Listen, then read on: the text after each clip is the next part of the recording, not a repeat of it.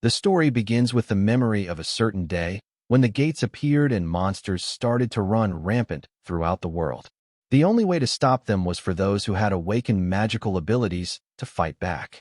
Now we are shown a battlefield where the members of the Golden Seekers are fighting against the wave of monsters pouring out from the gate. During the battle, a straggler cried out for help, and the members urged each other to assist. Just before the monster could harm the civilians, someone kicked it away. The one who saved them asked if everyone was all right.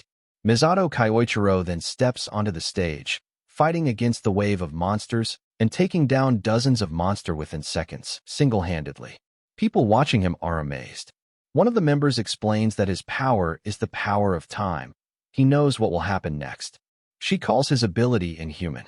When all of the monsters are finally defeated, Kyoichiro kills the last one.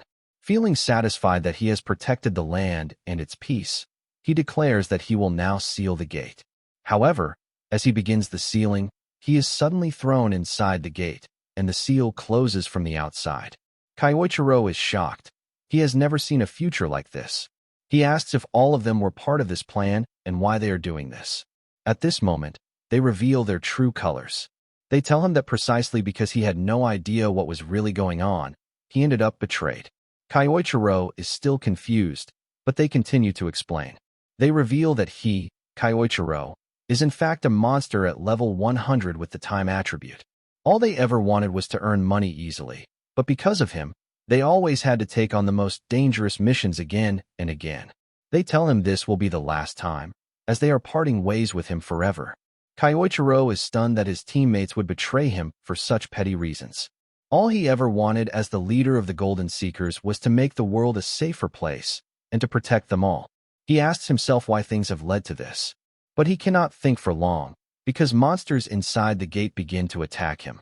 He counters the first, only to see a sea of monsters rushing toward him. In desperation, he looks into the future, searching for a way to escape, but in every outcome, he dies at the hands of the monsters. Realizing there is no future in which he survives, he throws himself into battle, determined to take down as many as possible. Despite his efforts, he cannot change his fate. With no way to escape his death, he still fights on, promising himself not to die a meaningless death. He vows to reincarnate, grow stronger, reach the absolute peak of power, and one day take revenge on those who betrayed him. Filled with rage and despair, he activates his final spell, a spell that carries his will and every emotion throughout the world. In the end, he wakes up in a new body. He rises from a bed and looks into a mirror, confirming that the first phase of his plan was a success. Looking around the hospital, he notices things that feel unfamiliar. He worries that he may have come too far into the future, and if that is true, he might not be able to exact revenge on his betrayers. He finds the ID of the boy whose body he now inhabits and learns that he has come 20 years into the future. However, what interests Kyoichiro most is the attribute the boy possessed. It is none other than the void attribute. He laughs, because in his previous life he was feared by his comrades for having what they thought was the strongest ability, but even he had limits. At one point, he reached the peak of his abilities, yet even with his foresight, he could never see the limits of the void attribute. He feels pity for the boy, because although void may be the strongest attribute, no one in his previous life ever possessed it, which meant those who did were thought useless since no one knew how to grow or improve it. This mystery seems to be true for the boy as well, as his skill is stuck at level 1. Kyoichiro knows the boy must have been mocked many times for failing to improve. With this, he makes a promise to the body's former owner. Rest assured, for he will make this name known throughout the world as the strongest adventurer to ever live. Because of his clairvoyance, Kyoichiro already knows how to grow the skills of the void attribute. He resolves to rise to absolute strength in this life and take revenge on those who betrayed him for such petty reasons. The first thing he has to do in order to get his revenge is level up. The void attribute, as the name suggests, is a magic that controls nihility. The essence of this ability is to freely project one's imagination into reality. Imagination itself is something everyone can do, but the difficult part is bringing it into reality. Since the boy's body is injured, Kyoichiro thinks that if he applies the image in his mind to his body, he can test it. He imagines every cell in the body being restored by magic. With this, the wounds slowly begin to heal. Because the spell is still at a basic level, the effects are slow, and his body has not fully healed internally. However, if he uses it multiple times, he will gradually level up. The ability to convert imagination into reality will also grow stronger, and the scope of his magic will expand. It will open doors to new possibilities, and one day he may reach the point where he can freely convert imagination into reality. As he is thinking this, the doctor arrives, surprised to see him awake. The doctor tells him not to move, since he had been hurt by a monster. This explains to Kyoichiro why the body was so badly injured in the first place. The doctor remarks that his waking up is like a miracle from the saintesses. Hearing the unfamiliar term, Kyoichiro asks what that means. The doctor is shocked that he seems to have forgotten basic knowledge. He explains that he is talking about the saintesses of the pentagram saints. But Kyoichiro replies that he does not know that term either. The doctor concludes that Kyoichiro must be confused after regaining consciousness. He tells him to rest and leaves the room. Left alone, Kyoichiro wonders about these new terms. Perhaps they are new adventurers who have become famous nowadays. He realizes that he must also understand the current situation of the world while leveling up. He turns on the television and sees a documentary about the SSS-class disaster. Watching it, he is stunned. The culprit is reported to be none other than Misato Kyoichiro himself. He is shocked, asking why he would be named the culprit. According to the documentary, Misato Kyoichiro had known about the arrival of the disaster but did not tell anyone, supposedly planning to take advantage of the chaos to rule the world. The documentary continues. His plans were stopped by the remaining members, who later became a symbol of hope for everyone, known as the Pentagram Saints. They defeated Misato Kyoichiro after a fierce battle, sealed off the gate, and claimed great fame for their feat. Even now, the members of the Pentagram Saints influence and lead large regions of the world. This revelation shakes Kyoichiro to his core. He laughs bitterly, realizing they not only betrayed him, but also dragged his dignity through the mud. First, they sacrificed him, and then they shamelessly claimed all the rewards, becoming celebrated heroes. Rage fills him. He swears he will never forgive them. He vows again that he will drag them all into the depths of hell. But for now, he must remain cautious and avoid revealing his identity, since he is still weak. Looking at the academy that the boy had attended, Kyoichiro discovers that it is run by one of the very members who betrayed him. Waking up in a perfect body with the void attribute, and with a target already in sight, he considers himself lucky. However, Iwako, the target, is cautious and will not show any weaknesses. The difference in their levels is also immense. He cannot defeat him yet. So, he decides to focus on leveling up first before going after him. After some weeks, Kyoichiro in his new body has made a complete recovery. The doctor is astonished at how quickly he has healed and tries to praise the saintesses, but Kyoichiro interrupts, telling him that was not the case. It was his own power. He thanks the doctor for taking care of him.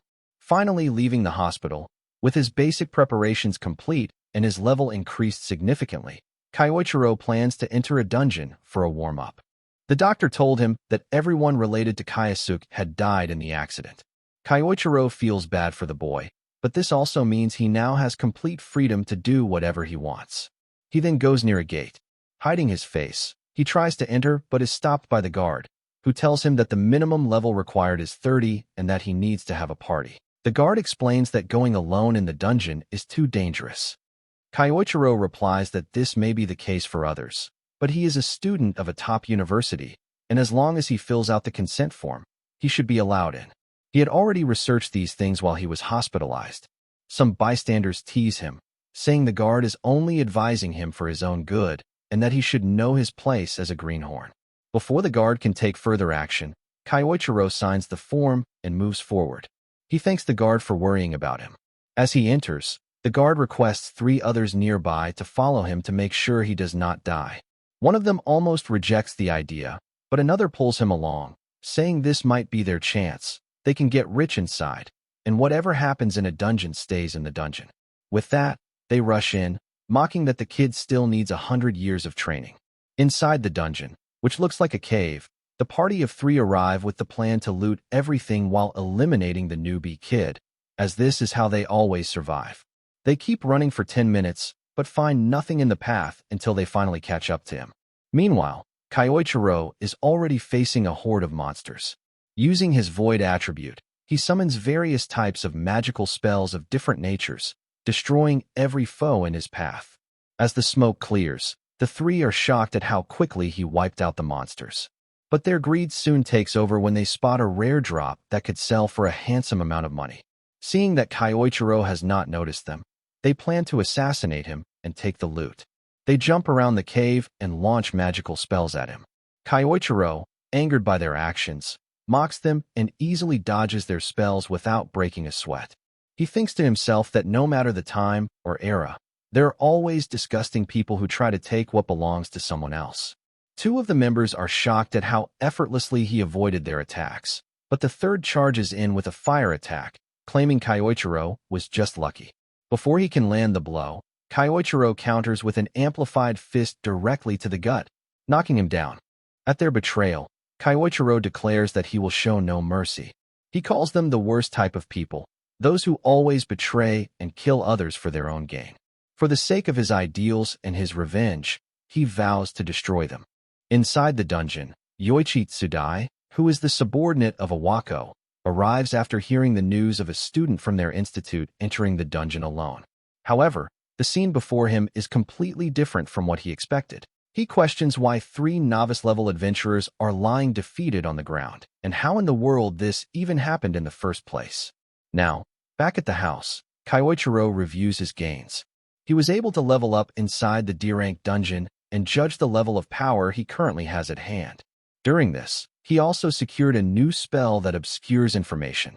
With this, he can fake his level and stay hidden without blowing his cover. The next day will be his first day at the academy, so he lies down to rest. Just as he gets into bed, he reads some messages that reveal direct bullying aimed at the former owner of his body. The following day, Kyoichiro, posing as Kayasuke, goes to the academy. A girl calls out to him and asks if he is feeling better. She is his classmate, who had been looking after him, and she tells him how worried she was.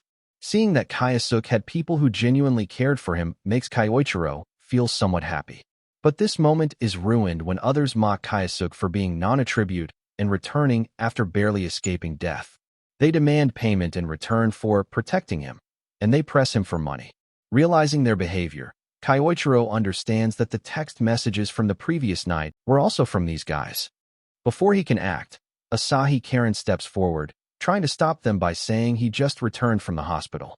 However, her hands tremble in fear. Seeing this, Kyoichiro steps in and tells Asahi that he will handle it on his own.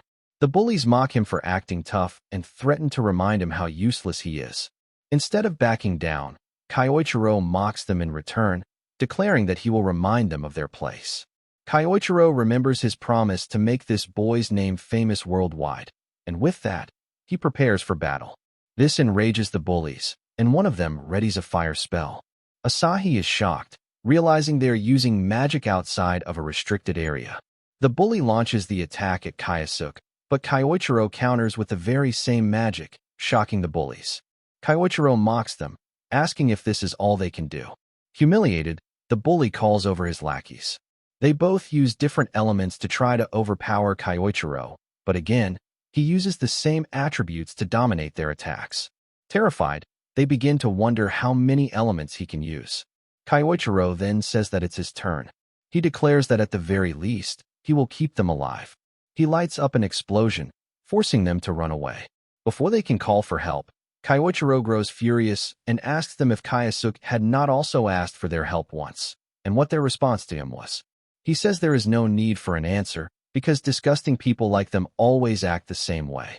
And because of that, he declares, nothing will stop his fist from landing. With this, Kyoichiro delivers a devastating punch to the bully, knocking him out. Asahi Karen is shocked at what she sees.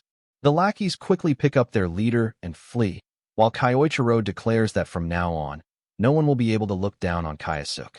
Together, they will walk the path toward becoming the strongest. Outside of the school, the lackeys carry their boss away, apologizing along the way. They are angry at how he changed after being discharged from the hospital. At the same time, Kyoichiro thinks that they were not as big of a deal as he had expected. Now, in the school hallways, as he is heading to his class, others seem to take notice of his presence. This makes him think that perhaps he is standing out more than necessary. Just as he is almost at his classroom, someone approaches him and asks if he is Kyosuke. Gaining his attention, the person asks if he has time to talk. But Kyoichiro wonders who this person is. He believes this guy is just an upperclassman looking to cause trouble. He thinks to get him off his back by saying his class is about to start. Hearing this, the person says he forgot to introduce himself. He follows up by saying he is Yoichi Tsudai, leader of the Biting Cats. But the important part that catches Kyoichiro's attention is when Yoichi says the group was formed by Iwako himself. After this, Yoichi asks again if he has time to spare. Hearing about someone related to Iwako, Kyoichiro is tempted and agrees, saying it cannot be helped. In an empty classroom, Yoichi bluntly asks if Kyosuke is responsible for the death of adventurers in the dungeon last night. However, Kyoichiro straightforwardly denies any knowledge of the matter. He wonders how Yoichi could suspect him, since he had cleaned up his traces so well. Yoichi explains that the information he gathered was that a student from their school entered a dungeon alone. When he went to investigate, all he found were the defeated, well-known novice adventurers. He also adds that Kyosuke had shown multiple elements in the morning. From Yoichi's tone, Kyoichiro realizes that he does not actually know anything and is just trying to dig up information. Yoichi presses him to speak, but Kyoichiro plays it safe, saying he was attacked earlier that morning and has no idea what happened. To reinforce this, he takes out his adventurer card and shows that he is only level 1. Confirming that his level is indeed 1 and his attribute is void, Yoichi grows angry, realizing his time was wasted on a nobody. He warns him not to act suspicious in the future, as it would be a pain to clean things up again, and then leaves. As they part ways, Kyoichiro thinks he may be able to use Yoichi to his advantage, as a way to reach Iwako without raising suspicion. Thinking of ways to manipulate him, he begins to form an idea for a specific magic spell.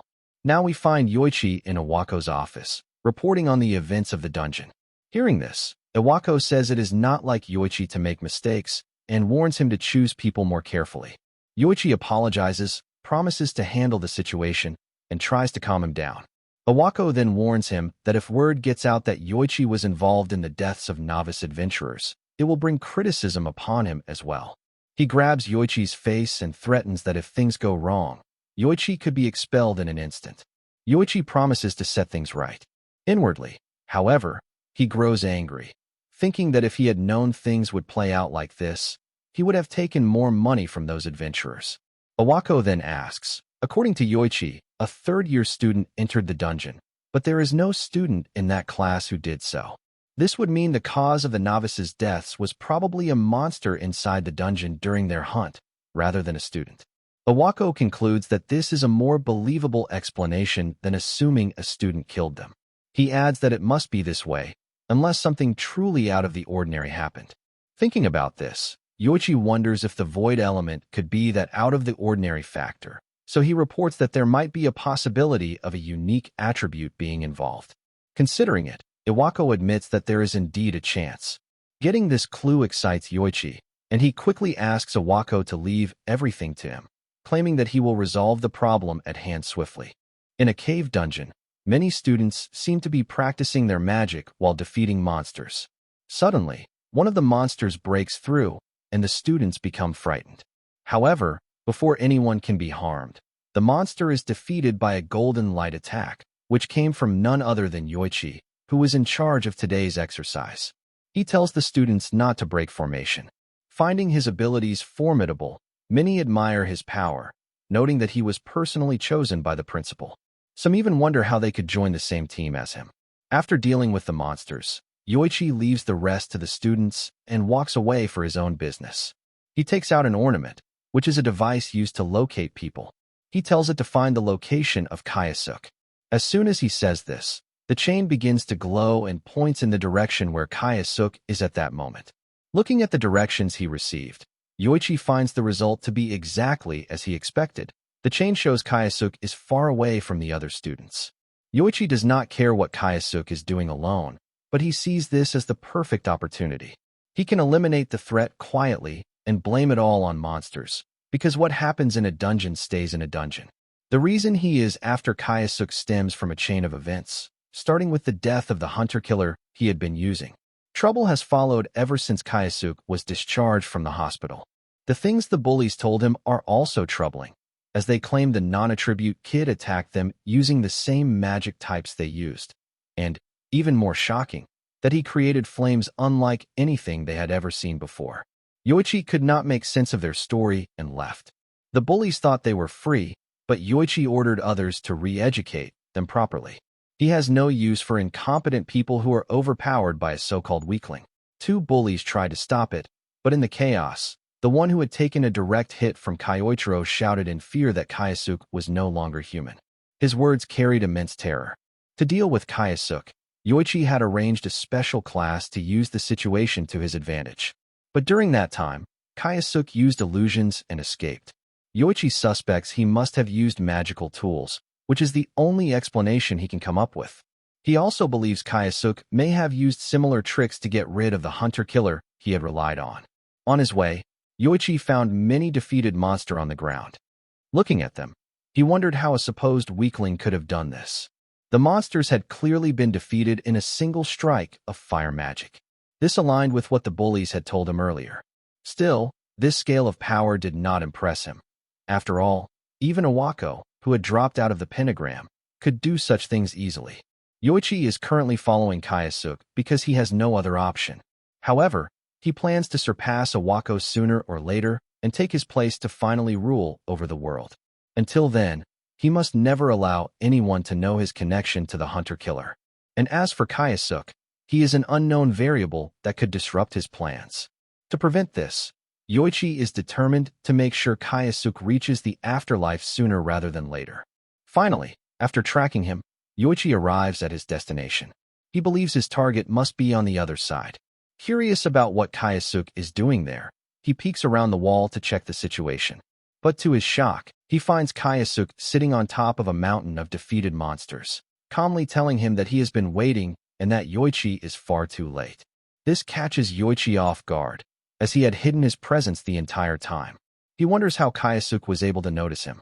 Just as these thoughts cross his mind, Kyoichiro speaks the very same words he is thinking. This gives Yoichi another shock, realizing his mind has been read. Yoichi steps out from the corner and demands to know who he really is.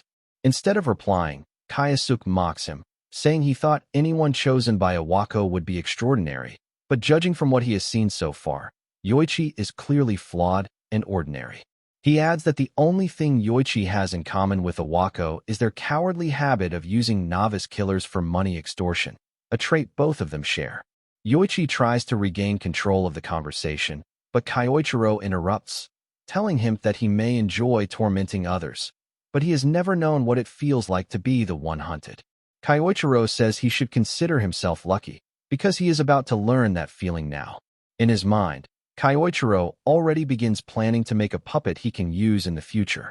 Now in the dungeon, Yoichi declares Kayasuk to be far too dangerous to be left unchecked, and for the sake of his goals, he needs to get rid of him at any cost. Saying this, he attacks him over and over, but still cannot land a single hit. This makes Kyoichiro mock him, asking if this is all the strength he has. He throws a fireball at Yoichi, who deflects it and tries to taunt Kayasuk. But that attack was only a feint, as Kayasuk follows it up with a series of magical strikes ranging from lightning to earth magic. Seeing this convinces Yoichi that Kayasuk possesses multiple elements. Enraged, he demands to know what is going on with his attribute, which is supposed to be void. Before he can even finish his sentence, he is hit again with another barrage of attacks. This infuriates Yoichi as more and more problems keep rising for him and his plans. Hearing this, Kyoichiro becomes intrigued and asks what plan he has. In the middle of battle, Yoichi begins to reveal his ambition, how he is going to surpass Iwako, take his place, and become the next pentagram saint. Kayasuk asks why Yoichi is so fixated on Iwako when there are other saints as well. At this question, Yoichi explains that his target is Iwako simply because Iwako is a dropout of the pentagram saints. He adds that if he can take that position for himself, he will be able to rule over the world. To him, it makes sense to target someone weak. These responses disgust Kayasuke. He says that at first, he thought Yoichi might have had some interesting reason for his ambitions, but hearing his shallow words made him think otherwise. Insulted, Yoichi becomes furious and rushes toward Kayasuke with intent to kill him. While attacking continuously, he shouts that there is nothing wrong with wanting power. He yells that there is nothing wrong in desiring power, money. The kind of power he seeks is the type where he can trample over others and no one can oppose him. He declares that if he becomes a saint and joins the pentagram, he can do whatever he wants and even gain hold of a saint's weakness. Hearing these twisted ideas, Kyoichiro replies coldly that Yoichi's words are not even worth listening to. He decides to end the fight, launching Yoichi back with a single powerful strike that shatters his sword. Kyoichiro thanks him, because while Yoichi wasted time talking, he was able to gather enough energy to prepare the spell he truly wanted to use. Kayasuke approaches Yoichi slowly, terrifying him. Soon after, Yoichi is struck by Kyoichiro's absolute hypnosis magic. The spell forces Yoichi to fall unconscious. Observing the effect, Kyoichiro notes that the magic requires time to break the target's spirit, but once complete, it is extremely effective. He orders Yoichi to stand up, and in response, Yoichi obeys, rising to his feet. Satisfied, Kyoichiro instructs him to finish the class mission he was assigned to. Yoichi responds like a puppet. To refine the spell, Kyoichiro then orders him to speak in his normal tone. Instantly, Yoichi's manner of speech and movement return to normal, and he rushes back to the group. The results are better than Kyoichiro expected, making him pleased with the outcome. Afterward, Kyoichiro also returns to the group, where Karen was looking for him. She asks if he is all right. He tells her that he was just discussing something with a senior, nothing more. Surprised at such an unusual pairing, she asks what they were talking about. Kyoichiro spins the topic, saying that they were discussing how to achieve one's dreams, and he received good advice that will help his dreams come true. Seeing him so happy, she wishes for his dreams to come true as well. Soon, the class ends and everyone begins leaving the area. Kyoichiro is content. He has made good progress and gained himself a useful pawn, one that even Iwako will never suspect so easily. In Iwako's office, he asks Yoichi if there has been any progress on what he mentioned last time. To his surprise, Yoichi reports that there is progress and that the student possessing a unique attribute was involved in the whole mess. He further reports in detail that the student is none other than Ase Kayasuke, a first-year student who has the void element. He adds that the student is now captured by him, and after interrogation, he learned that Kayasuke was able to defeat the novice hunters because he possessed multi-attribute magic. Hearing the words multi-attribute magic immediately gets Iwako's attention. When he asks for more details, Yoichi smiles inwardly, knowing the fish has taken the bait. Yoichi tells Iwako that the specifics are still unknown, but if given some time, he can handle it and extract more information. He then throws another bait by suggesting that since it has been a while, why doesn't Iwako try his hand on him personally? Thinking about it, Iwako admits it has been some time since he last interrogated anyone, and the thought gives him something to look forward to. He plans to repay Kayasuke for all the trouble he has caused. Iwako is about to join Yoichi, but after receiving a call, he asks Yoichi to go ahead and promises to follow up later. Iwako answers the call, and on the other end, a woman thanks him for selecting them for the bid. However, Iwako, with a straight face, tells her to drop the act.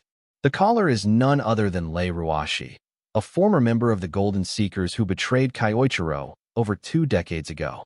She teases Iwako, asking why he is acting so distant when they are partners, both being paid by the government. Iwako tells her to cut the call, saying he has urgent matters to deal with. Hearing this, Lei mocks him, asking what kind of urgency he could possibly have when he always fills his pockets while running a school. Iwako considers arguing, but drops it, instead telling her that he has an investigation on a student who possesses the void element. Hearing this, she laughs and asks what a loser with such an attribute could even do. Iwako agrees to some extent, but points out that a unique attribute always brings potential variables. Lei then asks if he is referring to something like the time attribute Kyoichiro once possessed. The mention of this name angers Iwako, and he tells Lei not to ever bring him up again, as he hates it. Lei seems to enjoy his frustration. Still, she agrees with him, saying that when Kyoichiro awakened, the balance of power shifted entirely. She then tells him that since he is busy, she will contact him later. Iwako, furious, slams the phone down, cursing the sly nature of Lei Ruashi. Hearing Kyoichiro's name has ruined his mood, and he decides to take out his anger on the captive student. That evening, Iwako goes to his usual place. Finally, he slams open the door, announcing his arrival angrily. But to his shock, there is no one inside. Suddenly, Yoichi attacks from behind, but Iwako blocks it with ease. With a smirk, Iwako comments that it seems he has been underestimated. He tells Yoichi that he may have gotten overconfident after receiving praise, but he is far from capable of defeating him with such petty tricks. Saying this, Iwako summons golden chains that wrap around Yoichi, restraining him completely. He kicks him and begins beating him, saying that Yoichi has made the wrong choice, and that his foolish desires will now be the reason for his death. Just as he goes in for the kill, a voice echoes from behind, saying that he hasn't changed, he is still a big idiot. Chills run down Iwako's spine as he looks around and demands to know who is there. Kyosuke steps forward, adding that Iwako has always groveled before the strong and exploited the weak. He is still the same greedy man, even after all these years. Iwako, enraged, asks how a mere student dares to speak to him like this. Kyosuke repeats the very words Iwako had said earlier, about ruining oneself with foolish desires, and throws them back at him, saying they perfectly describe Iwako himself. Fuming, Iwako threatens the student before him, saying he will expel him immediately and demands to know his ID. But Kyoichiro smirks and says that he has finally made it this far in the game, so he intends to take his time and have a proper talk, just between the two of them. In front of the warehouse, Kyoichiro mocks Iwako, which makes him furious. Iwako angrily declares that he will show him the difference in their strength. Using advanced earth magic, he summons a giant hand made of stone, fully confident that a mere student cannot possibly dodge his attack. He launches it with the intent to kill. The attack crashes down and lands on its target successfully. Overconfident, Iwako laughs, claiming this is his perfect victory, saying this is what happens to people who dare to defy him. Looking ahead, and seeing that the warehouse has also been destroyed, he wonders if he might have used more strength than he should have. Thinking about it, he tells himself he doesn't even know who that student was. Wiping sweat from his forehead as he walks toward the area, he suddenly stops. He cannot believe what is in front of his eyes. The student he attacked is standing there completely unscathed. Kyoichiro taunts him, saying he only wanted to have a little chat. Iwako panics, because never before has any student survived advanced magic without a scratch. He yells, demanding to know who he is and what his name is. At this, Kyoichiro starts laughing and replies, asking why he is even asking such a question. Surely, he should already know who he is. Confused, Iwako yells that he doesn't know and insists that a freak like him should stop messing around and answer him properly. At this, Kyoichiro places his hand on the back of his neck and says how hurt he feels by that response. Then, in his own chilling tone, he follows with, "Did you really forget about me?" This pattern of speech terrifies Iwako to his very core because he knows exactly who used to talk like that. Just the thought makes sweat drip down his face. The fear overwhelms him so much that he loses his rationality for a moment. Thinking back, he remembers they had thrown him into the gate. Enraged, Iwako convinces himself that this student must be playing mind games with him. He yells that the man he is talking about, the one known as Misato Kyoichiro, is already dead, and everyone knows it. Shouting this, he launches more spells at Kyoichiro. But looking at his pitiful behavior, Kyoichiro only sighs, asking how long Iwako has been living by believing only what is convenient for him, while ignoring what is not. Iwako threatens him not to come closer, warning that if he does, he will unleash his magic. He instantly understands that Iwako, in the end, had been deceived by sweet words from those around him, and that was the very reason he betrayed him 2 decades ago. Not wanting to accept any of this, Iwako launches another attack. But this time, his spell is destroyed by Kyoichiro, using the exact same magic he had once wielded in his last mission as Misato Kyoichiro to defeat the monster of the outbreak. Overcome by fear, Iwako falls to the ground, shaking, and stammers that he was sure they had trapped him inside the dungeon that day. In response, Kyosuke tells him that yes, he was trapped, thrown into the depths of despair and agony. Iwako, trembling, finally admits that he is the real Misato Kyoichiro. To this, Kyoichiro coldly replies that it took him long enough to realize it. Still unable to believe what he heard, Iwako stands again, claiming that if what the kid said is really true, then it would mean Misato died and returned from the dead. He says he is not such a fool as to accept this level of nonsense. Preparing an attack, he declares that a ghost should remain silent. With that, Iwako launches multiple wind attribute attacks followed by earth attribute magic, but to no avail, as all of his attacks are dodged. Growing tense, he tries to find a way to gain the upper hand in this situation. Everyone used to mock him as just a support character, but that never meant he was weak. To turn the tides, he begins preparing another attack to finish things once and for all. He tells Kyoichiro that he has been working for over 2 decades to perfect this one. Iwako wields dual magic at the same time, unleashing a massive cyclone filled with rocks toward Kyoichiro. He claims this is the strongest attack he has ever used. When his attack is not immediately countered, he starts laughing, believing he has finally achieved what no one else could, killing the great Misato Kyoichiro with his own hands. He mumbles that if Kyoichiro thought he was still the same weakling as before, then he was dead wrong, because over the years he has grown stronger. No matter how powerful Kyoichiro's time ability once was, it is now all in the past. Iwako boasts that 20 long years have passed, long enough for everything to change. The coward he once was no longer exists, and he keeps shouting that Kyoichiro should never have underestimated him. Arrogant and filled with pride, he tells himself he has grown stronger over 2 decades, and now he will boast about this achievement. He believes that none of the pentagram saints will ever mock him again. He even convinces himself that he is now the strongest among them all. But his fantasy is interrupted by Kyoichiro's calm voice asking if he is done talking. Startled, Iwako turns and is horrified to see Kyoichiro standing there, completely unharmed.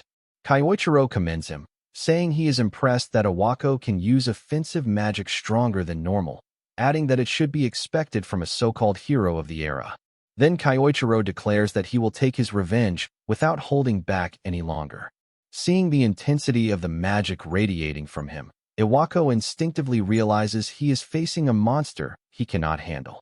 But having come this far in life, he refuses to turn back. Desperately, Iwako launches another earth element attack, which seems to land, but Kyoichiro actually stops it in its tracks with his own power. Kyoichiro tells him that if he truly thinks he can win with such weak attacks, then he is living in a dream. Terrified, Iwako tries to halt Kyoichiro's advance, but all his efforts are in vain. Every attack is countered by Kyoichiro, who uses the same elements, but with superior technique, easily suppressing Iwako's spells. Unable to stop him, Iwako is blasted away. Now, Kyoichiro stands directly before him, one of the very targets of his revenge, his fist blazing with power and ready to strike.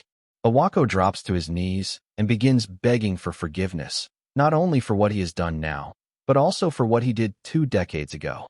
Iwako laughs nervously to himself, believing that Kyoichiro is still a soft-hearted man who will forgive others. He convinces himself that if he begs like this, he will survive. But unexpectedly, his plea is rejected. With a furious tone, Kyoichiro declares that this is exactly the reason he was trapped in the dungeon 2 decades ago. He adds that he is no fool to let such betrayal happen again. With everything hopeless, Iwako tries to run away, shouting that they were once brothers. But Kyoichiro roars back that he has no right to say that anymore, not after making him into a revenge-seeking demon. With that, Kyoichiro lands a devastating blow straight to Iwako's face, following it with a series of punches that nearly knock him unconscious. Before fading, Iwako's final thought is that he should never have messed with him. Finally, Kyoichiro delivers one last strike, knocking Iwako out. He does not kill him, because he still has uses for him and answers he wants from him. For now, he decides he can wait until Iwako wakes up. After a while, Iwako wakes up. Just the sight of Kyoichiro terrifies him so much that he crawls back, begging not to be killed. To this, Kyoichiro replies that he will not let him off so easily by killing him. Instead, he says he has some questions. He takes out Iwako's phone and asks about the last call he made to Lei. Looking through the history, he questions Iwako about what they were discussing. Awako obediently answers that Lei is coming to Japan in 3 days and that he believed she wanted to discuss some matters with him. Hearing this, Kyoichiro decides what he must do next. He gives Awako his phone back and tells him to treat her normally. He also warns him not to tell anyone about his true identity. He adds that when Awako was knocked out, he placed a spell on his heart that will activate if he reveals who Kyoichiro is. The spell, he says, will explode and kill Awako instantly. This thought terrifies Awako to his very core. As Kyoichiro walks away, he thinks to himself that he never actually placed such a spell. But knowing Awako's personality, he is sure that this bluff will work perfectly. He could have used absolute hypnosis on him, but chose not to, as he wants Awako to live in despair while still fully aware of himself. 3 days later, Lei is seen on an airplane coming to Japan. One of her guards informs her that they are almost there. Just as the attendant is about to make an announcement, the flight is interrupted. Terrorists attempt to hijack the plane. They pull out guns and order everyone to the floor. As they terrorize the passengers, Lei stands up and charges directly at them. She takes down the hijackers swiftly, before anyone can even process the situation. The people recognize her as a member of the Pentagram Saints. At the airport, the airline officials thank her for saving the passengers. Lei modestly replies that she was just lucky to be on the same plane, and thanks to that, the airline's reputation was spared from being tarnished. She also points out that the guns the terrorists used seemed to be made of a special material, which is why they were not detected by the scanners. She explains that many gangs are now using weapons made from dungeon materials. She tells the airline official that she would like to gear up her staff for security, placing her hand on his shoulder and indirectly threatening him to provide the gear she wants. Not wanting complications, the official agrees and promises to see it through. Lei walks away, giving him a thumbs up. As she leaves the airport, she makes a call, instructing someone to release the hijackers. Her guard comments that things went well. Lei smirks and replies that it was entertaining, since hiring the hijackers helped her secure the deal she wanted. Walking out, she is greeted by a crowd of fans. The incident, she realizes, was also useful for her publicity. From there, Lei heads straight to the place where her true business lies, the office of Awako. She enters, takes a seat, and asks him about the investigation he was conducting on the void attribute and how it has progressed. When Lei presses him about his progress, Iwako tells her it was nothing more than a dud, a false alarm. Just as she predicted, he appears to be a worthless failure. Hearing this, Lei expresses disappointment, saying she had hoped for something fun. She remarks that even if a unique attribute exists, it does not necessarily mean it will be special in the end. Throughout the conversation, Iwako stays intensely focused on not spilling the truth, as he is terrified the spell on his chest will activate and kill him. To avoid this, he responds calmly and carefully. Closing the conversation about the void attribute, Lei shifts to the main reason she came to Japan in the first place. It is related to a drug they have been developing for a long time. Now, the time has come to choose the next test subject. She tells Iwako he has made good use of the system so far. She continues discussing how to form a list of students for experimentation. Meanwhile, Kyoichiro, listening through his earpods, grows angry about what he hears. He quietly declares that Lei will be the next target of his revenge. Now at his home, Kyoichiro listens to the news and reviews the recent events caused by Lei Ruashi since her arrival in the country. She is also one of the people who betrayed him over 2 decades ago. Back then, she was already making things from dungeon materials, and from the looks of it, she has earned a fortune selling such items.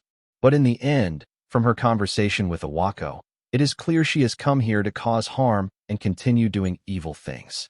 On the surface, she plays the role of a hero, but behind the scenes, she is a sly fox who exploits others. With that kind of nature, Kyoichiro knows he cannot forgive her or let her off the hook so easily. However, he wonders how he should deal with her this time.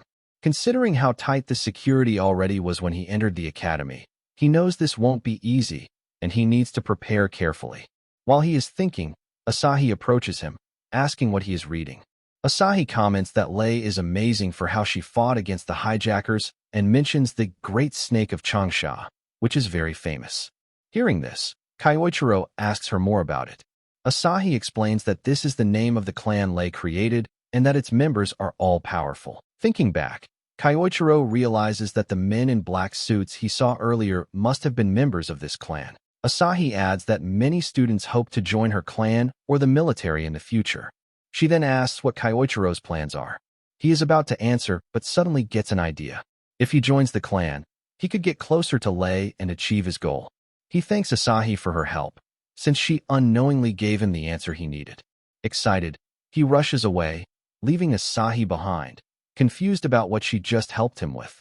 At Awako's office, the phone suddenly rings, startling him. He picks it up and finds that Kyoichiro is on the other end. Kyoichiro calmly tells Awako that there is something he needs him to do. Nervously, Awako asks what it is.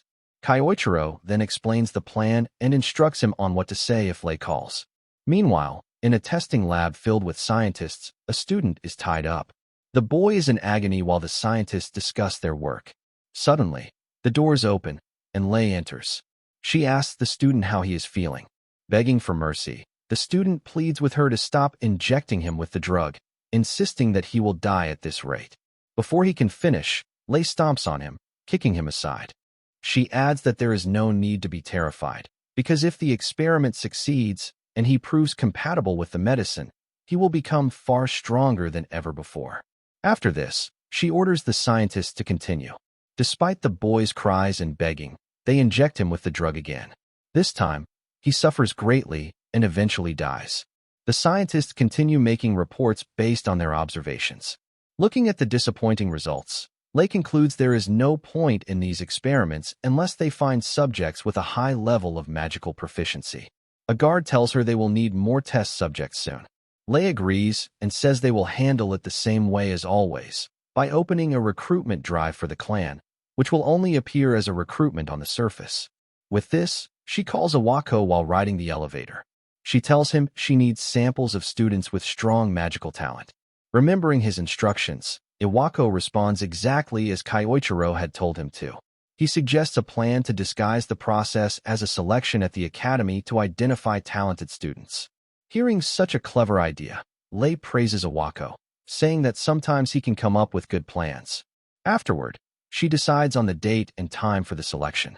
Meanwhile, Iwako thinks to himself that he has done exactly what Kyoichiro instructed. The next day, the head guard enters the classroom to make an announcement. The Great Snake of Changsha clan will be holding a recruitment event at the academy to find potential recruits. The students immediately begin discussing how this is their chance to secure their futures. For Kyoichiro, however, it means something else. His path to Lei has finally opened. The selection campaign began on the scheduled day for joining the clan. The guard explained the procedure that all participants would go through. Meanwhile, Kyoichiro began forming a plan on how he would use these tests to get close to Lei. In his previous encounter with Awako, he had tried to remain in the shadows. However, this time the situation was different. He needed to get the attention of Yang Sinyu, Lei's right hand. This time, he was going to display his power. As Kyoichiro was thinking, Asahi approached him and asked if he was also taking the exam. She told him that although she knew she did not truly belong there, she had her own reasons for joining the test. Hearing this made Kyoichiro curious about what her reasons might be. The first test was to measure magical power. The device would light up and display how much power one possessed. When the test began, the results of the students were disappointing. Then came Kyoichiro's turn. He showed his card, and the examiner, expecting nothing from the void element, looked unimpressed. However, unlike his expectations, the light emitted was the brightest he had ever seen. The result was outstanding, and Kyoichiro was given an S grade for his display. The second test was for magical skill. Kyoichiro first created a lump of earth.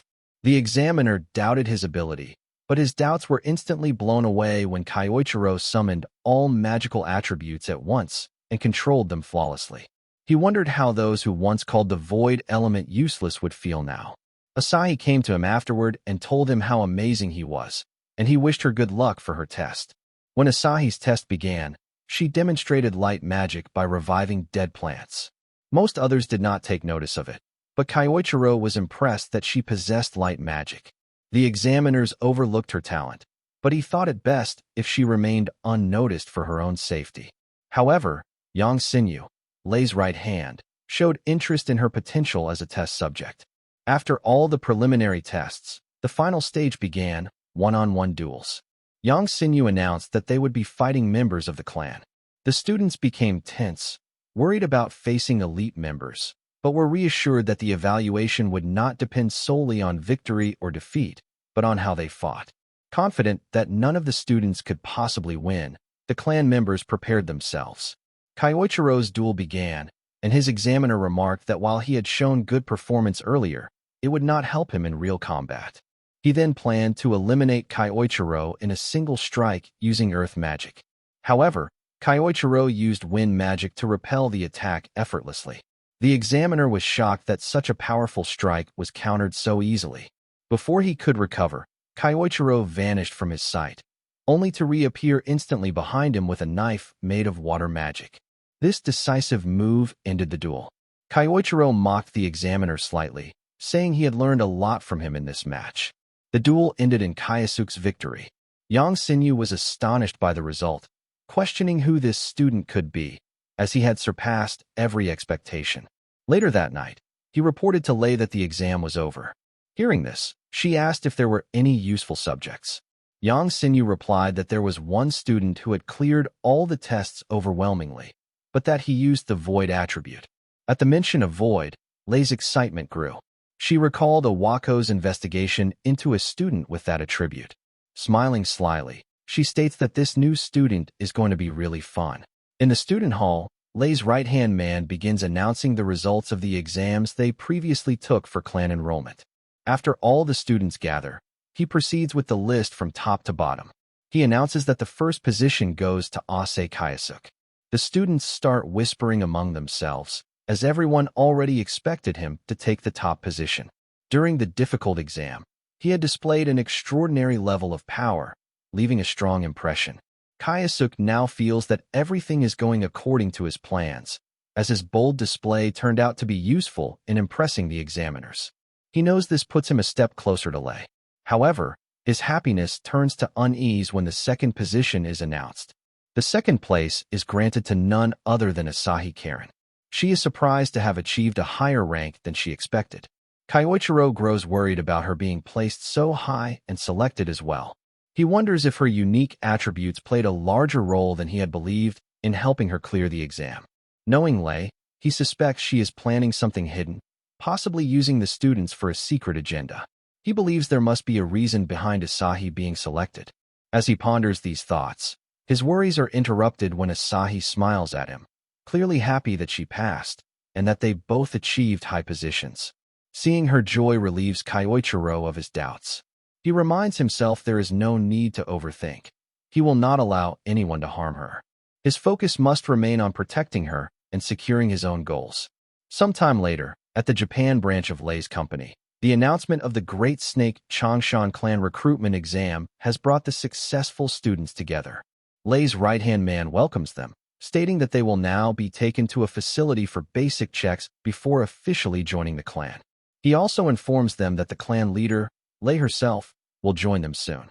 Kyoichiro tenses upon hearing this, determined to face her, though he knows he cannot leave Asahi unguarded just yet. The guide explains that Lei will meet them after they complete the facility check, then instructs them to follow him as he shows them around. While walking, Kyoichiro thinks about confronting Lei immediately, but restrains himself, as his first priority is keeping Asahi safe. Meanwhile, Asahi looks around with curiosity and tells Kyosuke that being in such a large building makes anyone nervous, though she is happy to be joining the clan soon. Out of curiosity, Kyoichiro asks her why she wants to join. She reveals that her mother is currently hospitalized, and the high medical expenses are difficult to manage. She believes joining the clan will help her ease the burden. Moved by this, Kyoichiro decides he must do everything possible to protect her. After a while, the guide shows them a staircase leading down. Kyoichiro finds it suspicious that the facility lies in the basement. As they descend, he quickly realizes that it is a testing facility. His suspicion grows stronger. Suddenly, the doors close behind them, startling the students. Kyoichiro immediately understands. They never intended to let anyone leave so easily. Their serious preparations confirm this. One of the students nervously asks what is happening. The man who guided them suddenly changes his tone, speaking harshly and telling them to remain silent. His intimidating behavior terrifies the students. Lei's right-hand man, while picking something up, explains that as mentioned earlier, they will undergo the proper procedure to check their suitability. Holding a vial and an injection, he clarifies that they will be testing the compatibility of a new drug developed in secret. He explains that the drug is made from rare materials found in different dungeons. It has the potential to enhance one's power, whether physical strength or magical ability. At first, some students respond positively, saying it sounds beneficial, but one of them nervously asks whether it has any side effects. The man smiles coldly and says it will be faster to show them the truth rather than explain. He points to a display screen, which suddenly plays a recording of the last test subject, tied up and desperately begging not to be injected again. The students stare in shock at the disturbing video clip, where the last person exposed to the drug suffered a painful end. Horrified, the students begin to protest, demanding answers about what they were just shown. Lei's right-hand man explains coldly that the recording displayed a test subject who was not compatible with their new drug, and those were the results. He asks if this answers their questions now.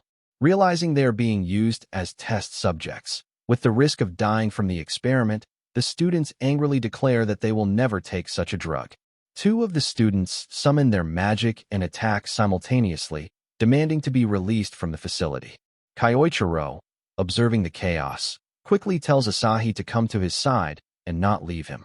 The two students rush forward to strike, but the guard enhances his fist with skill and knocks both of them out in a single blow. Asahi watches in fear as the situation worsens.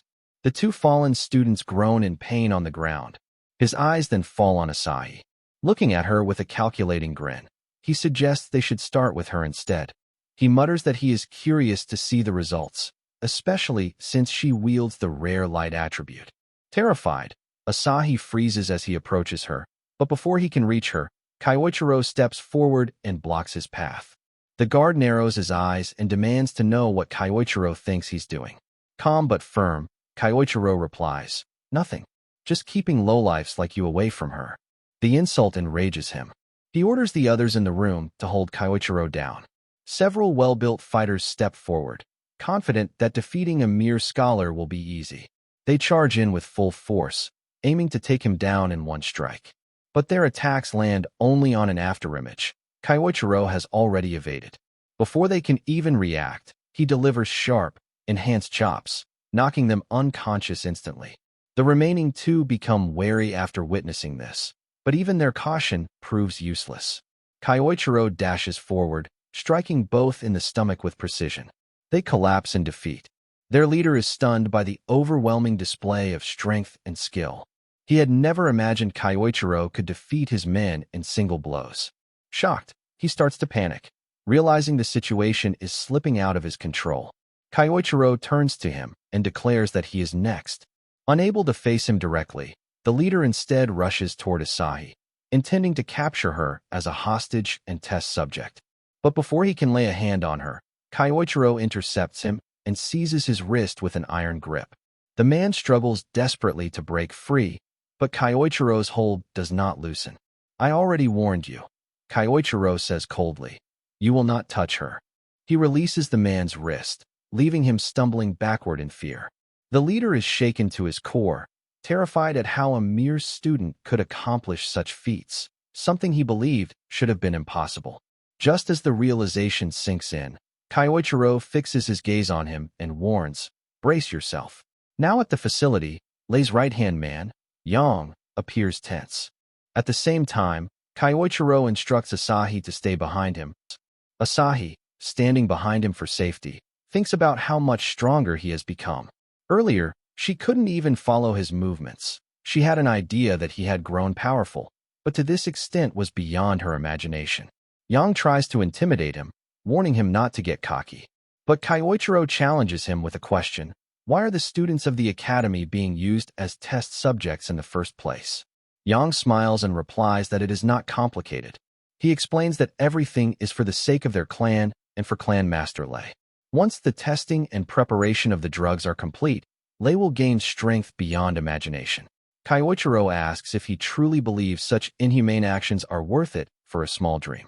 But Yang, unbothered, insists that they use whatever is available to them without hesitation. He adds that those used as samples should consider it an honor to serve as pawns for the clan's glory. Hearing this enrages Kyoichiro. He remembers Asahi, who joined for a reason, to support her family, and how happy she and others were when selected. Many, like her, had dreams, but those dreams were crushed by the clan's selfish desires. The sheer cruelty of Lei's ideology pushes Kyoichiro past his limits. Yang continues arrogantly, saying that the girl behind him will become their new moon. That final insult causes Kyoichiro to snap. He shouts at Yang to shut up, his anger exploding as he releases an immense surge of mana and energy. Shockwaves ripple through the room, pushing everything back. Kyoichiro declares furiously that they are nothing but trash who trample over lives without ever understanding the hopes and dreams of others. Yang staggers under the crushing pressure of the young man's energy. For the first time, he questions if Kyoichiro is really just a student with such extraordinary power. Seeing no other options, Yang changes tactics. He says that normally, he would order Kyoichiro to remember his place as a student, but after seeing such courage and power, he offers him a proposal: join Lei. If he hands over the girl, Lei will be greatly pleased, and Kyoichiro will be rewarded with an excellent position in the clan. Kyoichiro, already filled with rage, rejects him outright. He says he has no need to hear worthless words from trash like them. With negotiations over, Yang warns that Kyoichiro will regret this decision. Realizing he must fight, he harnesses mana to strengthen his body. His aura grows heavier as he powers up. Kyoichiro recognizes the technique immediately. It is strengthening magic. Yang confirms it with pride, boasting that with his polished martial arts combined with strengthening magic, he possesses an unbeatable combo. He rushes forward, throwing a powerful punch. Kyoichiro dodges, but the strike lands on the ground, shattering it and sending shockwaves across the room. Asahi gasps in fear. Yang rises again, surprised that Kyoichiro managed to dodge. Analyzing his opponent carefully, Kyoichiro acknowledges that strengthening magic is indeed formidable. But after observing the flow of mana, he begins to form a plan. Yang, ready to attack again, closes in on Kyoichiro, shouting at him to stop running away. As Yang prepares to land another strike, Kyoichiro begins focusing his void magic, carefully concentrating while imagining the spell he needs to counter the strengthening magic. Yang rushes toward him, noticing that Kyoichiro seems to be preparing something.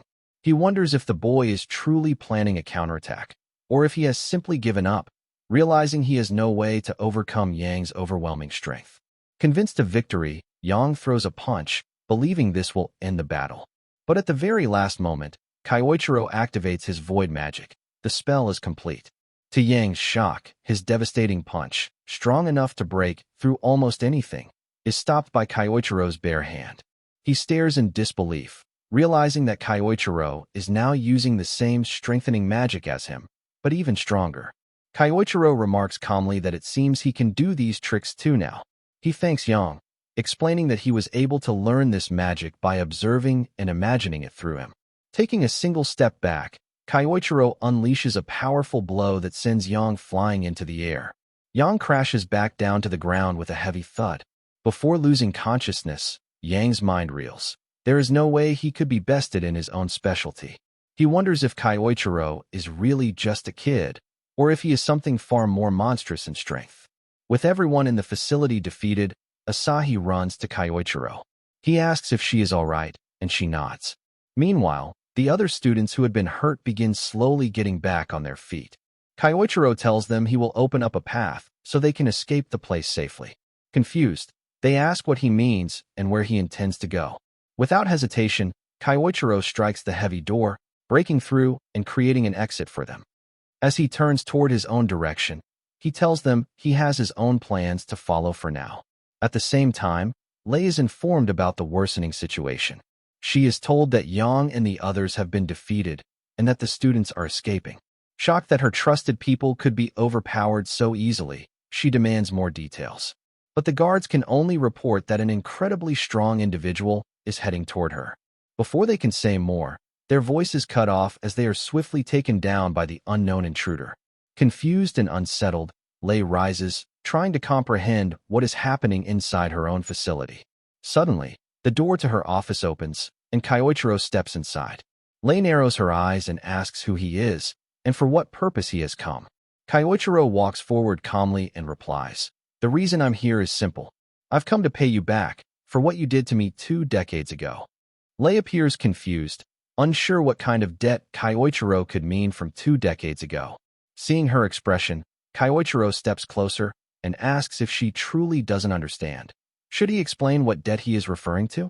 He begins, saying that ever since the raid of the SSS rank dungeon, the so-called Saints of the Pentagram have been living comfortably.